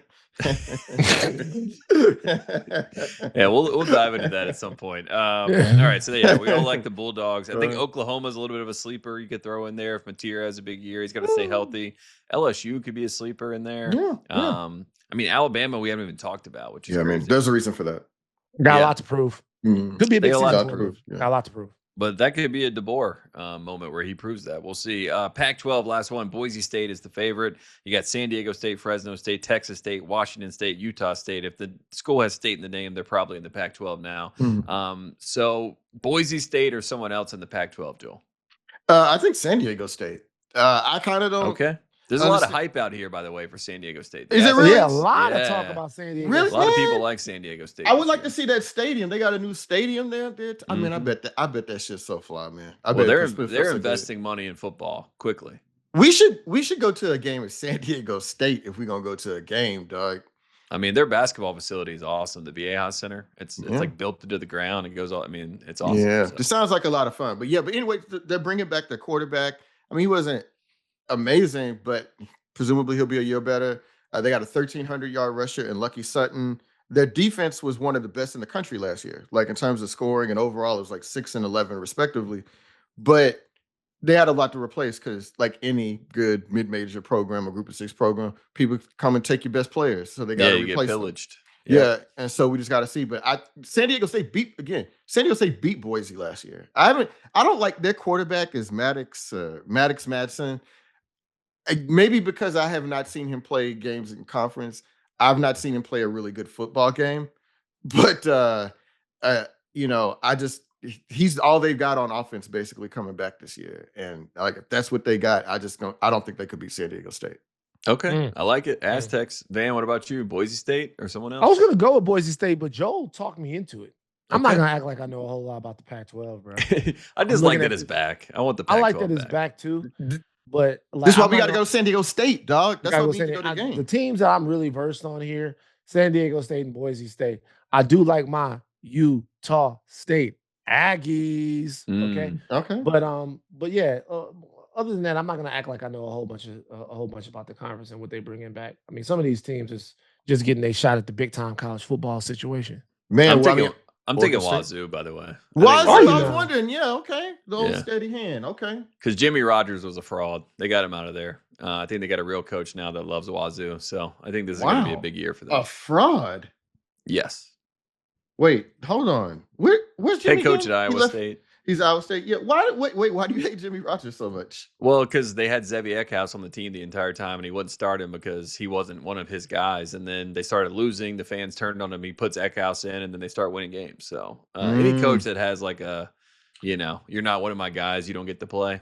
I don't like it. Well, well, you know what? He's gonna get it over and then some because Iowa State might be one of the worst teams in the P4. The Power 4. Yeah. I mean, they're gonna be horrible this year. So blessings to that man. We'll see. All right, there you have it. All of our championship picks. Let's get to the overreaction of the week. Van, this is in your wheelhouse. I want to hear your thoughts on this. LSU was informed that they no longer can use Jaden Daniels' name, image, or likeness because superstar DJ Pickett, or maybe future superstar, I should say, was allowed to wear the number 5. DJ Pickett is currently expected to continue wearing number 5, despite the letter from Daniels' attorney to the school. This has all been a big storyline, and they're putting out clips of DJ Pickett in practice, showing how good he looks in the number 5. What's going on at LSU, and what's going on with this whole kind of number situation, Van? So this is really interesting to me, obviously, because I have a soft spot for Jaden Daniels and everything that he meant to LSU, and really the only championship that LSU has won recently is that Heisman. That's a huge thing. That means a lot to a school. Short of winning a national championship or a conference championship, the Heisman Trophy is probably the highest accolade that a team can get beyond that. Like that's the thing that still matters. Like how many fucking national championships do you have? How many conference championships do you have? How many Heismans do you have? So it's very important. You can't, but I've looked at this a million different ways, and I haven't looked at this in any way that has convinced me to be on Jaden Daniels' side on this. This seems like a insane overreaction from Daniels and his team. Retiring jerseys is not something that really happens at LSU. They don't have that, right?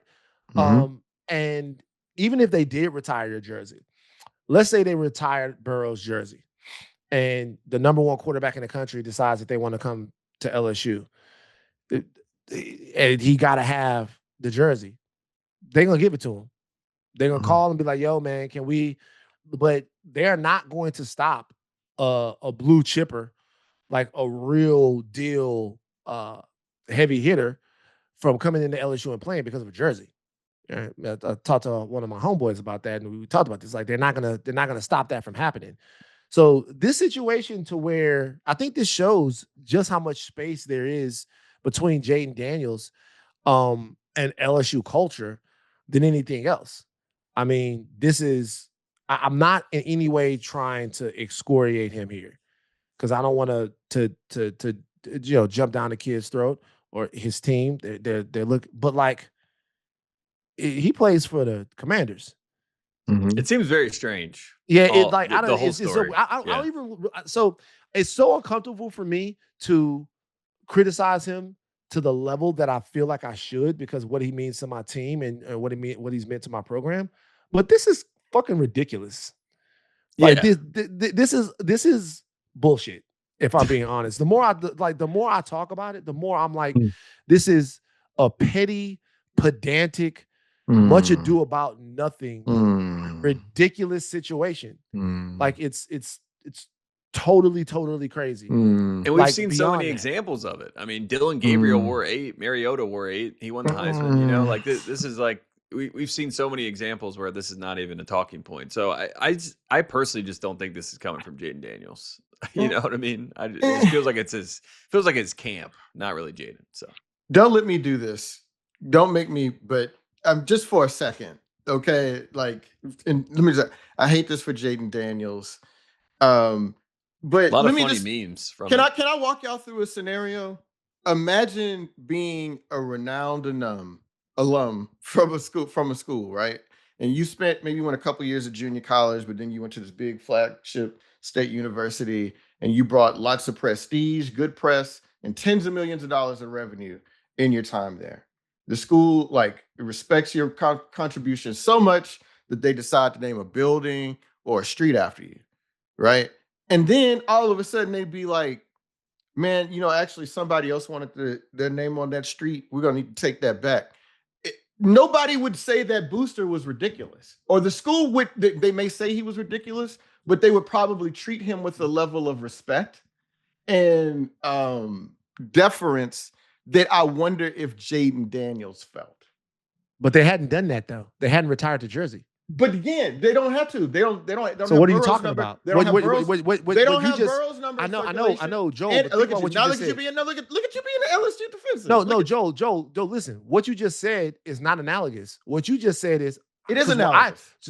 What you just said. Let's say I give $5 million to LSU and they put my name on the PMAC. I actually want to do a movie about this because I learned about this name and stuff. Let's say I paid $5 million to LSU and they put my name on the PMAC, right? It's not the PMAC anymore. It's the Van Lathan Arena, right? Then somebody else comes in and they really want them or whatever. They don't pay the $5 million and they just put their name on it. Yeah, that's cool.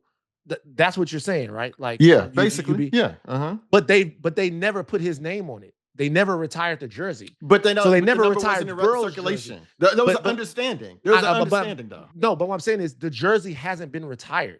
And by the way, when Pickett came in, he said he wanted 5, and they gave it to him.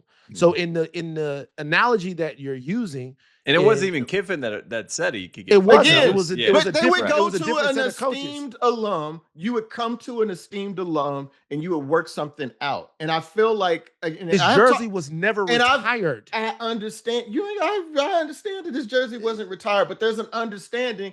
And clearly, because Burrow has the same understanding, and lots of other schools have that understanding as well. It's just like, you may not retire my number, but nobody is going to wear it. You know what I mean? They don't officially retire. That happens at a lot of other schools.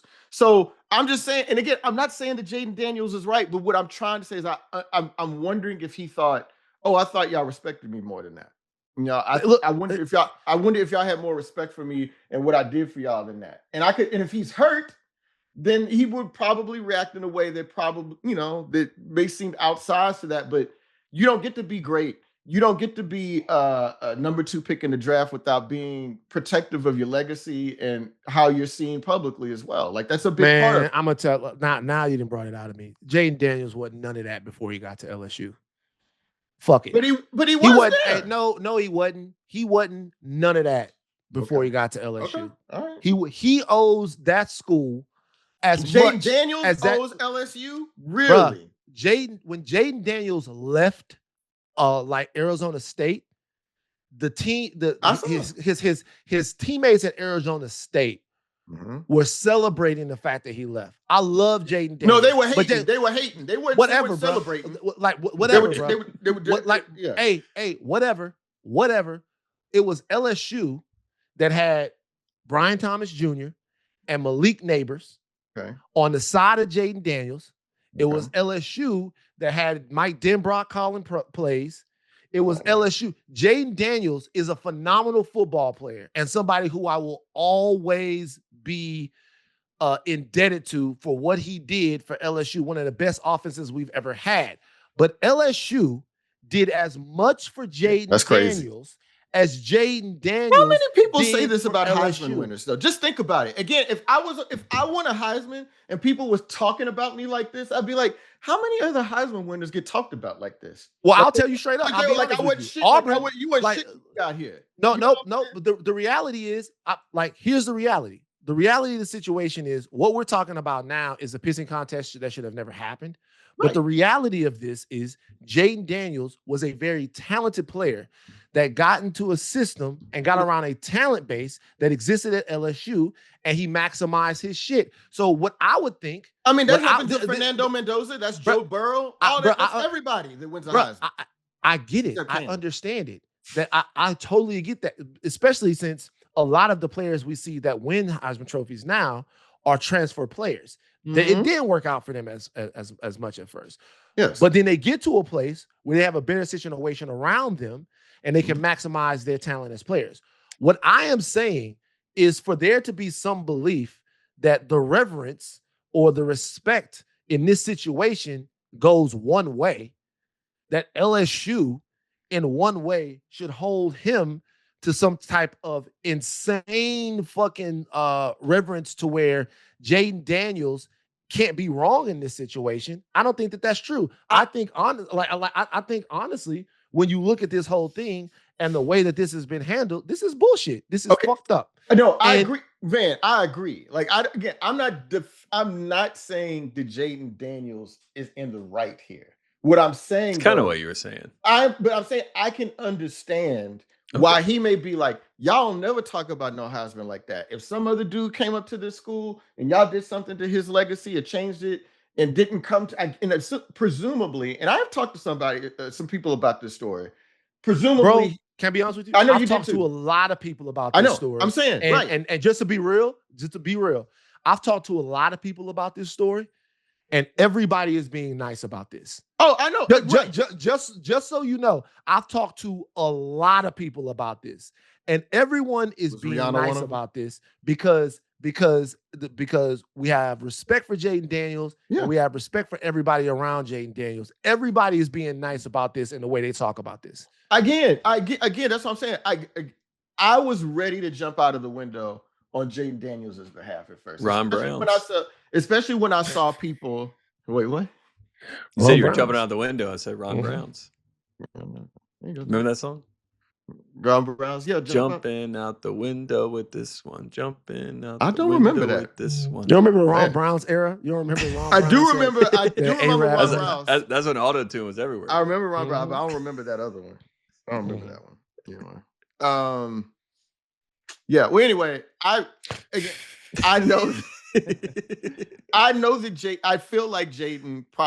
This is an outsized reaction, and I wish that they could come back together on this. That's what I'm saying. Because all he has to do is go to a game, have a little moment on the field. Everybody's happy. I think if you're Jaden Daniels, this has just gotten out of control, And I think there's an easy way. You need Ray Donovan to come clean this up. You need Ray Donovan to be like, hey, we got to get you down to Baton Rouge. We got to get you to a game. We got to get you on the field. We got to make sure everybody knows it's cool. So that's all it is. I hope that maybe a really dap hope up that with DJ Pickett at practice. And just to be real, like with LSU, the tradition at LSU isn't nobody ever wear the number again.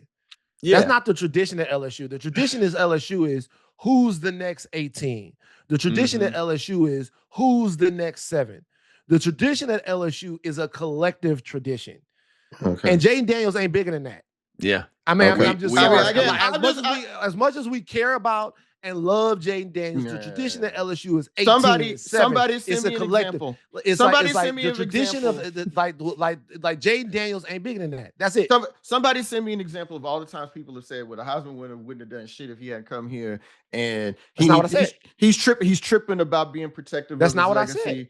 Nah, what I said was this. Jaden Daniels ain't that. What I said was this: is Jaden Daniels and Joe Burrow. Let's put it that way too. Jaden Daniels and Joe Burrow. Joe Burrow is a fantastic quarterback. He couldn't beat out the guys that were in the quarterback room in Ohio State for whatever reason. It was injury. It was whatever, for whatever reason. Couldn't beat out the guys that was in the quarterback room in Ohio State. Yeah. Comes to LSU, has one season that's good, and then has another season that's can't be quantified. It's better than great, right? But when he has that season with Jamar Chase, with Justin Jefferson, with a team full of fucking animals put around him that existed at LSU. LSU's a part of that. Jaden Daniels is at Arizona State, right? Talented quarterback. Whatever was going on with him and his teammates was going on. Comes to LSU, has 1 year where he's still figuring it out.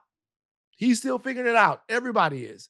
But was a very important quarterback for LSU, a team that had an offensive line that wasn't quite ready to play, a team that was trying to reestablish themselves as a national power. But what comes out of that is a bunch of dogs from out the soil, a bunch of fucking animals around Jaden Daniels that became the best offense. You kind of sounded like Kendrick. You sound like I'm just being for real. I'm being for real. So when we're talking about who owes who what, Jaden Daniels is great. I'm not about to hate on Jaden Daniels. I love Jaden Daniels. It's fun watching Jaden Daniels, one of my favorite LSU players of all time. But come on, man. You think anybody that loves this school, you think anybody that loves this school, particularly somebody from Baton Rouge, is gonna watch you kick their ass in on the way out the door because of a motherfucking number? Fuck all that. No, I'm not doing that. This is ridiculous. And to handle it like this in the public and try to make everybody look bad and all of these I would argue that LSU fuck all that, bro. My argument is that actually LSU is trying to make Jaden Daniels look bad, and they're being hosed by picking at it, by showing the DJ Pickett shit on Twitter and all the other social media stuff. That's being trying to embarrass. That's their response to. That's like what you mean? Like you don't. What you talking about? If they did that first and then he sent it, that would be different. Show me the times that schools do that to esteemed alums. They just don't. They don't treat them like that. I think it's a specific. How many times does that happen? Even guys that like get cracked out and go to prison, they don't treat them like that, man. Bro, this is such a different situation, and I know you're podcasting right now, but the reality is that Jaden Daniels essentially tried to embarrass LSU. I think and tried to publicly leverage LSU over a fucking jersey number that asked for his copy of the Heisman back. All kinds of shit, right? Jersey numbers are important. Well, jersey numbers are especially important. It's especially important to have DJ Pickett in 5 right now, because DJ Pickett's on the field right now, and 100,000 people are gonna go 100,000 people are gonna go to Death Valley every Saturday night, every Saturday to watch DJ Pickett and LSU do their thing right now, because the tradition of LSU existed before Jaden Daniels. It would exist after Jaden Daniels. It is bigger. I would argue, and you know what the difference between? You want me to go further? You know what the difference? No, I'm not gonna go further. No, I don't want you to go further. I really don't want to go further because Jaden Daniels and everything that he's meant, he don't deserve that. But this was handled wrong. Everybody wakes up. I agree. This was handled wrong. I hope everybody wakes up. But don't nothing come. But tell LSU to stop picking at him, and also they're embarrassing him at a time when public sentiment is already against him. I don't understand why they're doing that, and why is public sentiment against him? I mean, because I don't know if it's against him. Everyone's just responding to how he's insane not it was really that he told did the story. How do you think the story got out? I mean, the story got who benefited from this story getting out? LSU or Jaden Daniels? I think that they thought it would be them. And now that things have changed, they're realizing that it's not. I think that they thought that it would be them. Man, Jaden Daniels is such a good representative of and for LSU. Good young man, stays out of trouble, the whole 9. He got a lot to do in his professional career. Like if by the way, can I say something else about this? Yeah. If this were like 10 years from now, I would almost understand this better. Like if this were like 10 years from now, I would almost understand, well, it's been 10 years and this school hasn't properly when I see Jaden Daniels do stuff in the NFL, when I see him go crazy in the NFL, he is all over LSU social media. It is forever 5. Going crazy. All it is, getting so much support from the school. Yeah, forever 5. It is. Like we love Jaden Daniels. But I see the love for Jaden Daniels, and maybe there's something different happening when I'm not around. Like obviously I'm not in the locker room and shit like that, where we're not around as the fans. But I see them loving on him, posting highlights, all of that stuff. Because that's the way LSU supports its players that have gone on to the NFL and its players that have done other things, right? But and so this right here, to me, this is kind of like, man, I don't know.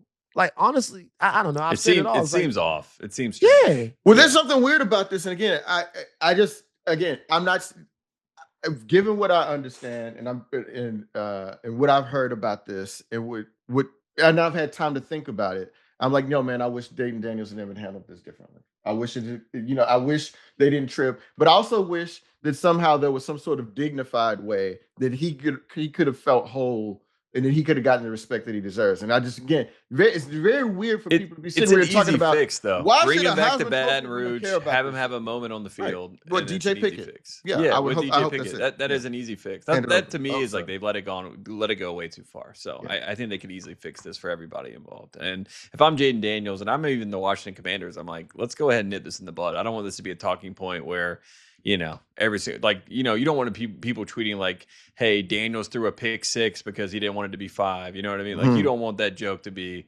Did you come up with that off the cuff, Tate? Yeah, I'm just, thinking of it. Pretty good. Ain't nobody gonna take this personally and hold this grudge for a long ass time. It's not the way things work down there. But I mean, it felt like that Jaden Daniels and his team were trying to embarrass LSU because they were mad. That would, to me, that's the jersey number. Yeah. I'm like, I'm sorry. If y'all think, if you think I'm getting ready to, or anybody that loves that school and that program getting ready to go through that, ain't nobody going through that. Right. Yeah, I'm seeing LSU football is the one that's kind of twisting in the knife right now. So to me, it kind of seems like I think they're fighting fire with fire. But let's put the fire out. Let's shake hands and let's get DJ Pickett and Jaden Daniels on the field together. I think that's the solution there. All right, we're gonna take a quick break. When we come back, we're gonna rip through top 5 headlines of the week, and then we will wrap up another episode of Bring Your Tailgate. We'll be right back after this. All right, we're back. Top 5 headlines of the week, and we'll start here. The Prime effect is officially wearing off for TV networks following a 3-9 season last year. Buffaloes might not be as big of an attraction to the national broadcasters such as ABC, ESPN, Fox Sports, FS1, TNT, True TV, and this is all told to Front Office Sports. Van, I'll go to you first. Why is the Prime effect wearing off, and like where do we stand right now with Coach Prime in Colorado? It's probably wearing off because of the culture of college football. I mean that in 2 ways. So one way I'm going to say it, and everybody's going to get it and understand it and not even fucking care that I said it right. The culture of college football is about winning and dominance. So there's no such thing as a college football team that's just a fun team and a cool team that doesn't win anything. That doesn't happen. Even when Mike Leach had his most fun teams at Texas Tech and Mike Leach and all that stuff like that, they had to be kind of relevant on the field. You don't get like college football is not a sport for lovable losers. It's just not. I don't know that any sport at this level is, but particularly in college football where everything is an arms race, it's just not going to be a brand that can be sustained in Colorado without them winning football games. Like too many people watch college football and all of them big time national games and they lost. And it was like, what the fuck is going on?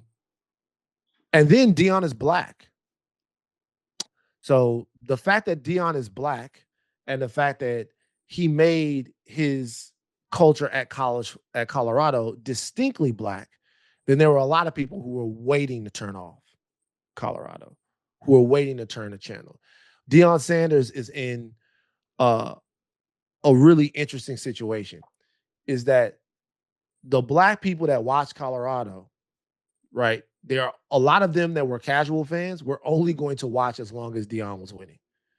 Because when you come out there, like black people are pragmatic, at least the ones that I know and can speak for. I can talk to the people that I know. You come out there and you're doing all of this stuff. If you're doing all of that stuff and you don't win, they're gonna be like maybe a little bit less big X to plug, a little bit more plug in the hole. You know what I mean? And so plug in the hole. That was going to be a thing was going to turn them off. And then with I can't not name this. A lot of people have been waiting on Deion to lose for 30 or 40 years. That's right. I think that's a big part of it. A lot of people have been waiting on Deion to struggle. They didn't like the effortlessness. Can I say that? They didn't like the effortlessness in which Deion was excellent. And they didn't like that he told you about it.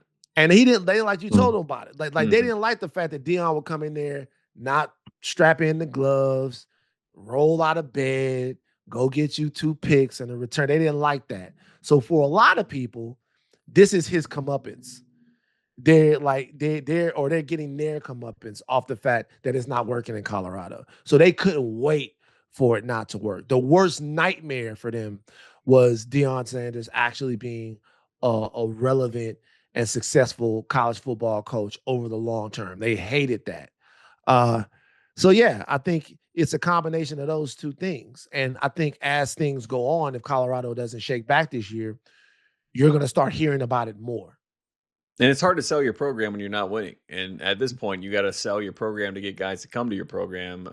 And that seems to be a sticking point. He obviously had a Heisman Trophy winner with Travis Hunter, so he's had some high moments. That Oregon game against Dan Lanning feels like the time where it turned the other direction. Joel, what do you think about this?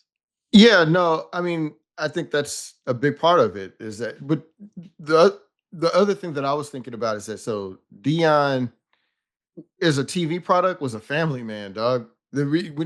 So for people, there were people that are familiar with him as a sports sensation, but there was also people that tuned in and had been watching him father his kids in front of them for years. Yeah, he had a reality show. He had a reality show going back to the mid 2000s, and like now Shador is gone, Shiloh's gone. You know, the daughters were never really part of this thing, and so like he's just there. It's just Deion in Colorado with not a lot going on. So people were in Carucci, man, and Carucci. So they were invested in this story about Prime because of the novelty of the story, but also because like many of these fans watch his kids and family grow up on camera. And when that's over, that's just him at a school that's not playing a marquee schedule and that doesn't have very much talent, So yeah, I mean, why would you tune in if you were a casual fan to watch Deion right now? A lot of it has to do with like Shiloh and Shador too, of course. Yeah. Like you were saying. They're a big part of the package. Yeah. So like, do you guys feel like that no matter whether or not they were winning or not, that Shador being gone would have like soured some people on watching Colorado as much as they were? Man. If they were still winning, let's say because it was like they went they go 9-3 was the best they've ever something like that. Yeah, they finished 9-4, I think that year. 9-4. So if they were still a 9-4 team, right? But Shador is not there. Do you think people would be as interested? Probably not, right? Probably not. Yeah, I mean, because also again, you can't overlook the fact they had Travis Hunter there too. Who's kind of a having Hunter and having, I mean, that was like if he's Kim Kardashian, you had Kylie and Kendall, right? I mean, you had a show. Now it's just him. And he's also not healthy either, which is unfortunate. I mean, that's the other hard part. And to be honest with you, now that it's not him, it's only about the football. Yeah. And it being only about the football is kind of the measurement about whether or not the program itself is working. Yeah. The thing is, we're going to talk about this probably throughout the year, but like it seems like Deion only had one pitch, which was that I can get kids to come play for me because I'm Deion, and he also like pioneered that turn your whole team over, have 80 different people. Well, everybody's onto that now. And Deion, when he walks into a room, then he doesn't like to recruit. But when he does have to pitch to a recruit, they're also like, well, how much you gonna pay me, bro? Like that's what's really the bottom line thing. And it's like none of that. He's just not able to compete. And these kids are born in 2007. Like they don't even know who Megatron is. So like, it's their dads and stuff that are trying to put them on Prime and like get them up to speed. And they might know the reality show version of Prime or the TV host version of Prime, but they don't know Prime Time, So I was just thinking about how old this must sound. Like even Bo Jackson sounds like an old name, but just think about it. For a 12-year-old, Prime Time probably sounds like an old musty ass. Neon sounds like Deion. Neon Deion. Does he matter how old that must sound to a child? That's like when you would hear about like Pops Bell. You know what I'm saying? Or Smokey Robinson. Yeah. Smokey Johnson. Yeah, but look, Johnson. They don't have, that's only because they don't have imagination enough anymore, these young whippersnappers, to have good nicknames. Your nickname now is just your initials. I mean, the Joker is a good nickname. That's a good nickname. Joker is a good nickname, but it's like Jokic. Joker is like, That's right. I guess Freak is a good nickname for Giannis. You have these, but Freak has been around for a while because Javon Curse was the Freak before that. Javon Curse was the freak. But Greek Freak is perfect. The Greek Freak. But like now the nicknames don't like. What are the nicknames? I mean, it's not. They don't have him as much anymore. I think LeBron killed the nicknames with the King James. Like nobody ever called him King James. So I mean, I think that was the start. You don't think anybody called him King James? Not when you're 18 years old. I mean, man, we used to have I've never once referred to LeBron as as King James. I never did. It was accepted that his nickname was King James, though. It's a good nickname. Yeah, I mean, I think now it would be more King James than like when he announced King James, you know. But his Like nickname is now Braun. he's more King James. Yeah, I think Braun is what it is. Yeah, just Braun. Do people call Shohei Ohtani Showtime out there? No. Is that it? No. Shohei. That's completely made up. But you know what though? No, that's what it says right here. You know what? Think about it though. Barkley didn't have a nickname. Round mountain rebound, dog. The round mountain rebound. Yeah. Yeah, I mean Jordan was the Black Cat, right? Black Jesus. I mean, those were his nicknames. Is that what they called him in North Carolina? Well, no, that's what I mean. They called him Black Jesus. No, wait. Okay, you can't just be Jesus. Hold on. I mean, he was the Black. Hold on. Let's go back from Black Cat. You want to pull a basketball reference? Black Cat. That's what they called him. No one has ever. What are you white people doing? Who has? When was Michael Jordan the Black Cat? That was his nickname. You would listen to some of the old broadcasts. That's what they called it. I thought. Wow! It really is. Okay, Mike, Air Jordan, MJ, his airness, Money, Black Cat, Mr. June, Goat, Superman, Captain Marvel, Black Jesus, Magic Mike. Those are his nicknames. Magic Mike. Magic Mike is crazy. I never heard that one. Next up, headlines. Shout out to Coach Prime, by the way. We're pulling for him. We wanted to get it together. Next up, Lenore Sellers graduates in December, says he doesn't have any classes this semester, only an internship at the local driving range. He's living my dream. Lenore Sellers, is this good news or bad news? I think this is good news, right, Van? What? No classes? I mean, Carson Beck had no classes last year, and he looked pretty good. I'm with it. Like, no classes. Concentrate on football. Yeah. Go hit some golf balls. Hit some golf balls. Grind tape. I'm with it. I think this is great. I kind of buying in on South Carolina. I think they're going to have a good year this year. So I think Lenore Sellers is going to have a great year for sure. I like their defense. Yeah, Lenore Sellers is definitely going to have a great year. Yeah, I think that's a good sell. Joel, you like that? Lenore Sellers, no classes? Absolutely, man. If you can figure it out. Although, it's just, I mean, again, I'm sure his life is going to be popping. But in part of being a college football player, like being able to just go on the yard, you know what I'm saying? Because that's how you meet people. You go to class sometimes. You can go to campus and not have classes, just hang out. Yeah, and I'm sure social media probably changes the whole game on this too. You know, so I was never single with social media, so I don't know how that works. Yeah, it might be a little bit different, but I think that's a good deal for Lenore Sellers. I'm buying in on Sellers this year. Next up, this is just a story that I think has been kind of qualmed a little bit, but Texas star offensive tackle, left tackle Trevor Gooseby, he suffered an injury that was an undisclosed injury to his left knee. It has now come out that it's a bone bruise, so he is not done for the season. It happened during Monday's practice.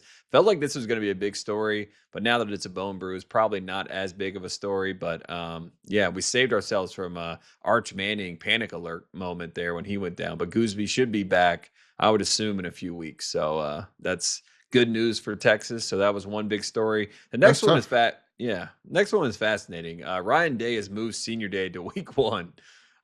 He did this to avoid distractions during Michigan week. He said he wanted to keep the focus on the game and less distractions. Georgia did this, I think, moved it to like 2 weeks before the end of the season a few years ago. Maybe it's even 1 week before their last home game.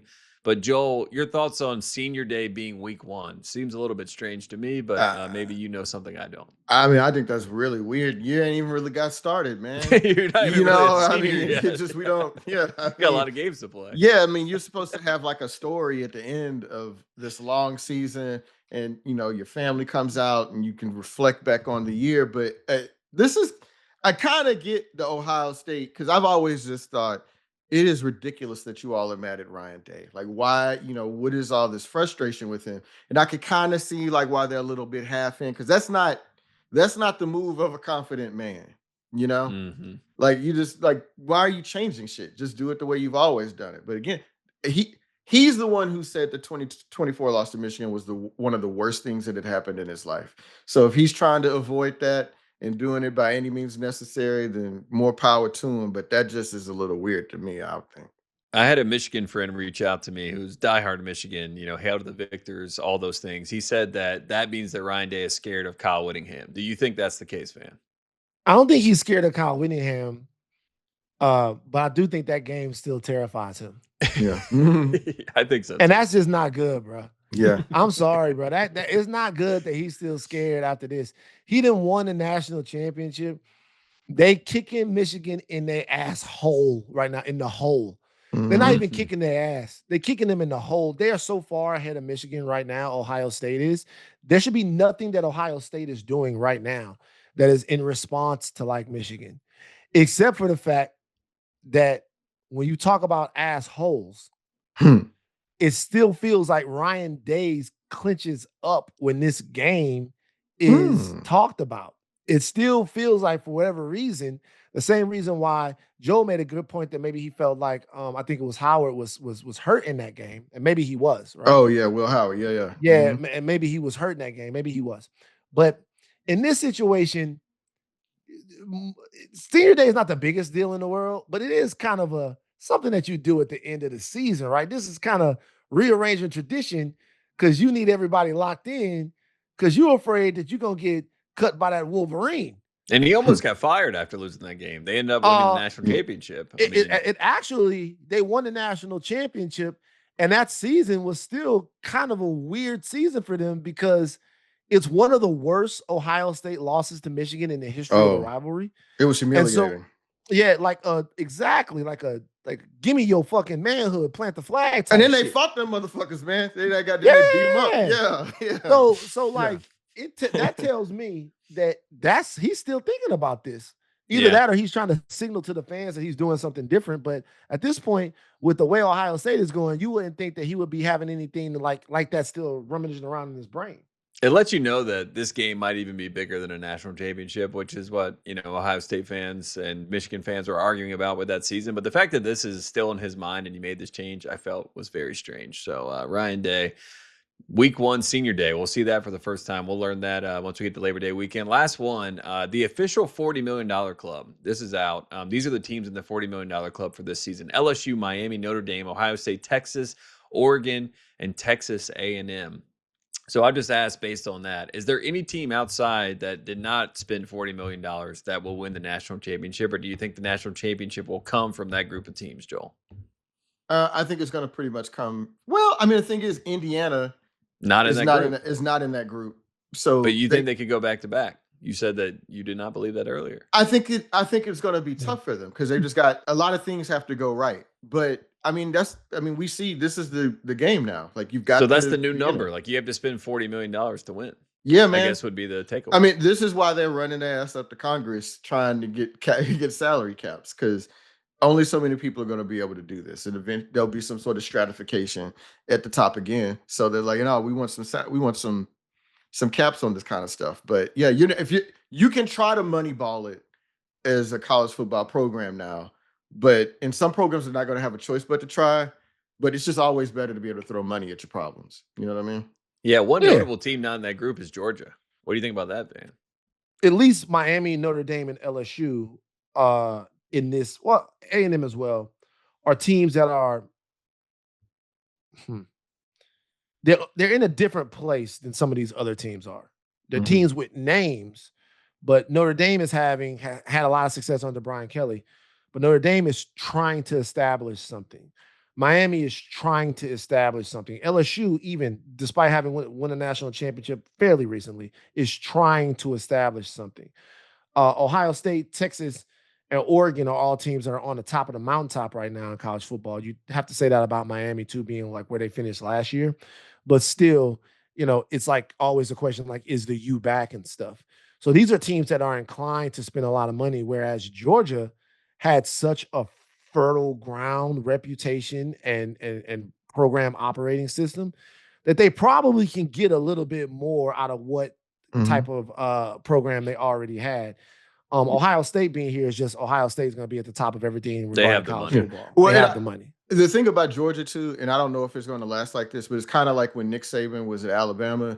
It was like some guys would just go just because Nick Saban's there, And it's like, especially defenders. I know that I'm going to go in that program. I'm not going to develop. I'm not going to be an NFL. And Georgia can sell you on that. So maybe they don't need to be at 40, but eventually they're going to need to be at 40. Where does Miami's money come from?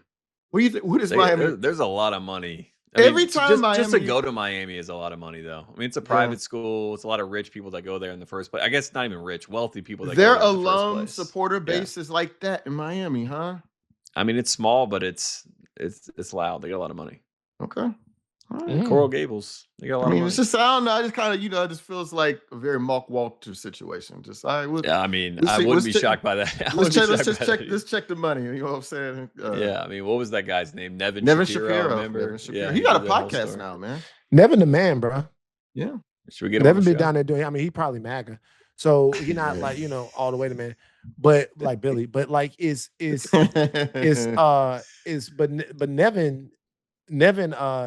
was getting to the business down there. Nevin he documented everything. That was the funniest part. He's like, here's the photos, here's the videos, here's the bank statements. Man, he got pardoned by Biden, man. Did you know that?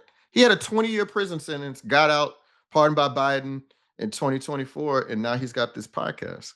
Yeah. I mean, probably smart move. I said it was MAGA. It's probably not now. I apologize. Yeah, I was gonna say it might be Team Biden. There you go. Hunter helped him out. All right, there you have it. They all the goddamn same anyway. That's true. They're on the same team. Wednesday edition of the show. Appreciate everybody tuning in. Any parting shots? Any last thoughts? Van, Joel, anything else you got for the people? Shout out to Woodside Energy. Okay, I don't know what that is. Okay. But that's going to be on the jersey patch at LSU. You need more money. These patches about to be everywhere. We're going to have patches on the asses of the shit, patches all over the place. Everything is the more the players look. We're looking at the jersey. The more the players cost, the more money you got to raise. So the more patches are going to be on there. That's the way it happens, baby. Keep going. Keep getting. We got patches on the field now. Patches on the field. Patch. Everybody sell everything. Everybody get it, man. See, we need to get in with the Inn of the Mountain Gods in New Mexico State, man. It's like a little casino resort joint in the forest of New Mexico. In the forest, yeah, man. It's like in their national forest. It's like a national forest because it's owned by like a native tribe. You know what I mean? Yeah. Yeah. So they run it, and apparently it's beautiful, man. Y'all, if y'all go to the Inn of the Mountain Gods website. I was like, all right, dog.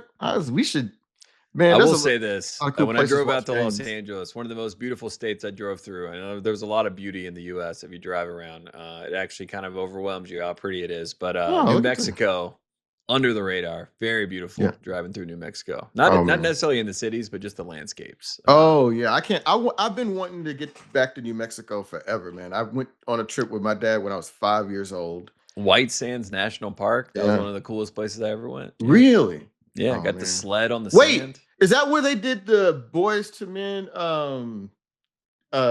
Tears Run Dry video? Maybe so. I'm not sure. But I mean, based on that video, yeah, I think it is White Sands. I mean, it looks like it, just thinking about what it looks like. Boys to Men. That was in New Mexico? I don't know if it was in New Mexico. I'm just saying, thinking about the video. No, they did. Boys to Men filmed their video for Waters Run Dry at the White Sands National Park in New Mexico. There you go. Beautiful place. Don't wait till the waters dry. We might watch our whole lives pass us by. Let's not wait till the water runs dry. It's a B Cox joint. Make the biggest mistake of our lives. Don't do this, baby. Ooh. And the Sean would always come in there. Yeah. Actually, that might have been Juan yet. Boy, I'm gonna be honest. Sean is a singing ass nigga, dog. Bro, Sean Stockman is a singing I'm gonna tell y'all straight up, bro. Yeah. I'm gonna tell y'all straight up. Ain't no niggas was singing like Boys to Men, bro. Some people had, everybody talk about Jodeci and all of that shit. But you put Nate Morris, Wanye, and Sean together. How the fuck did they end up in high school together? That's crazy. Bro, how did them niggas end up in high? That don't make no sense. Did they really go to high school together? Is that whatever the fuck it was? I think it was. I think it was a performing arts school, so that makes a little bit more sense. Yeah, that they will all be there. But think about it. You could argue that Sean Stockman is the best nigga you ever heard singing. You could argue that Wanye is the best nigga you ever heard singing. You could argue that Nate is the best nigga you ever. And then they had bass with boom, boom, boom, boom, boom. The whole fucking shit, bro. That niggas could sing, bro. Man, they're going crazy, bro. Boys to Men, shout out to them. Oh, I saw Boys to Men live, man, at the Michael Jackson Bad Tour when it came through the Houston Summit in I think it was 90 or 91. You know what I'm saying? And they were on stage, man. And look, there was something about this time in life. I mean, was it the MC Hammer concert that came through? Well, either way, there was just something about them. I was like, man, I just kind of like to see Boys to Men succeed, man. Not, Now, in recent I think years, everybody pulls for Boyz II Men. Well, because then recently Wanye was kind of weird about the Brandy thing, and I felt man, in the show, dog. Okay, like, I just kind of felt like look, it's bro. Everything is bad, bro. Everything is bad. We can't fucking do nothing, dog. We can't. Everything is bad, bro. Like that's it. LSU, gang situation, gang signs everywhere. Woodside Tate, Energy, the black cat. Tate, the black cat. Frazier. All right. Well, we've reached the end of the road here on Ringer Tailgate. Hey, Tate. Yeah, I saw you. Okay. Yeah. Great song. Shout out to everybody. Shout out to all the Gators for hanging out with us. Been a fun week. Next week, we'll do our preseason awards. It will be the last week without college football. And then we get week 0, a heavyweight matchup, TCU, North Carolina, August 29th. Can't wait for that game. Going to be a fun one. We appreciate everybody tuning in, and we will see you all next week.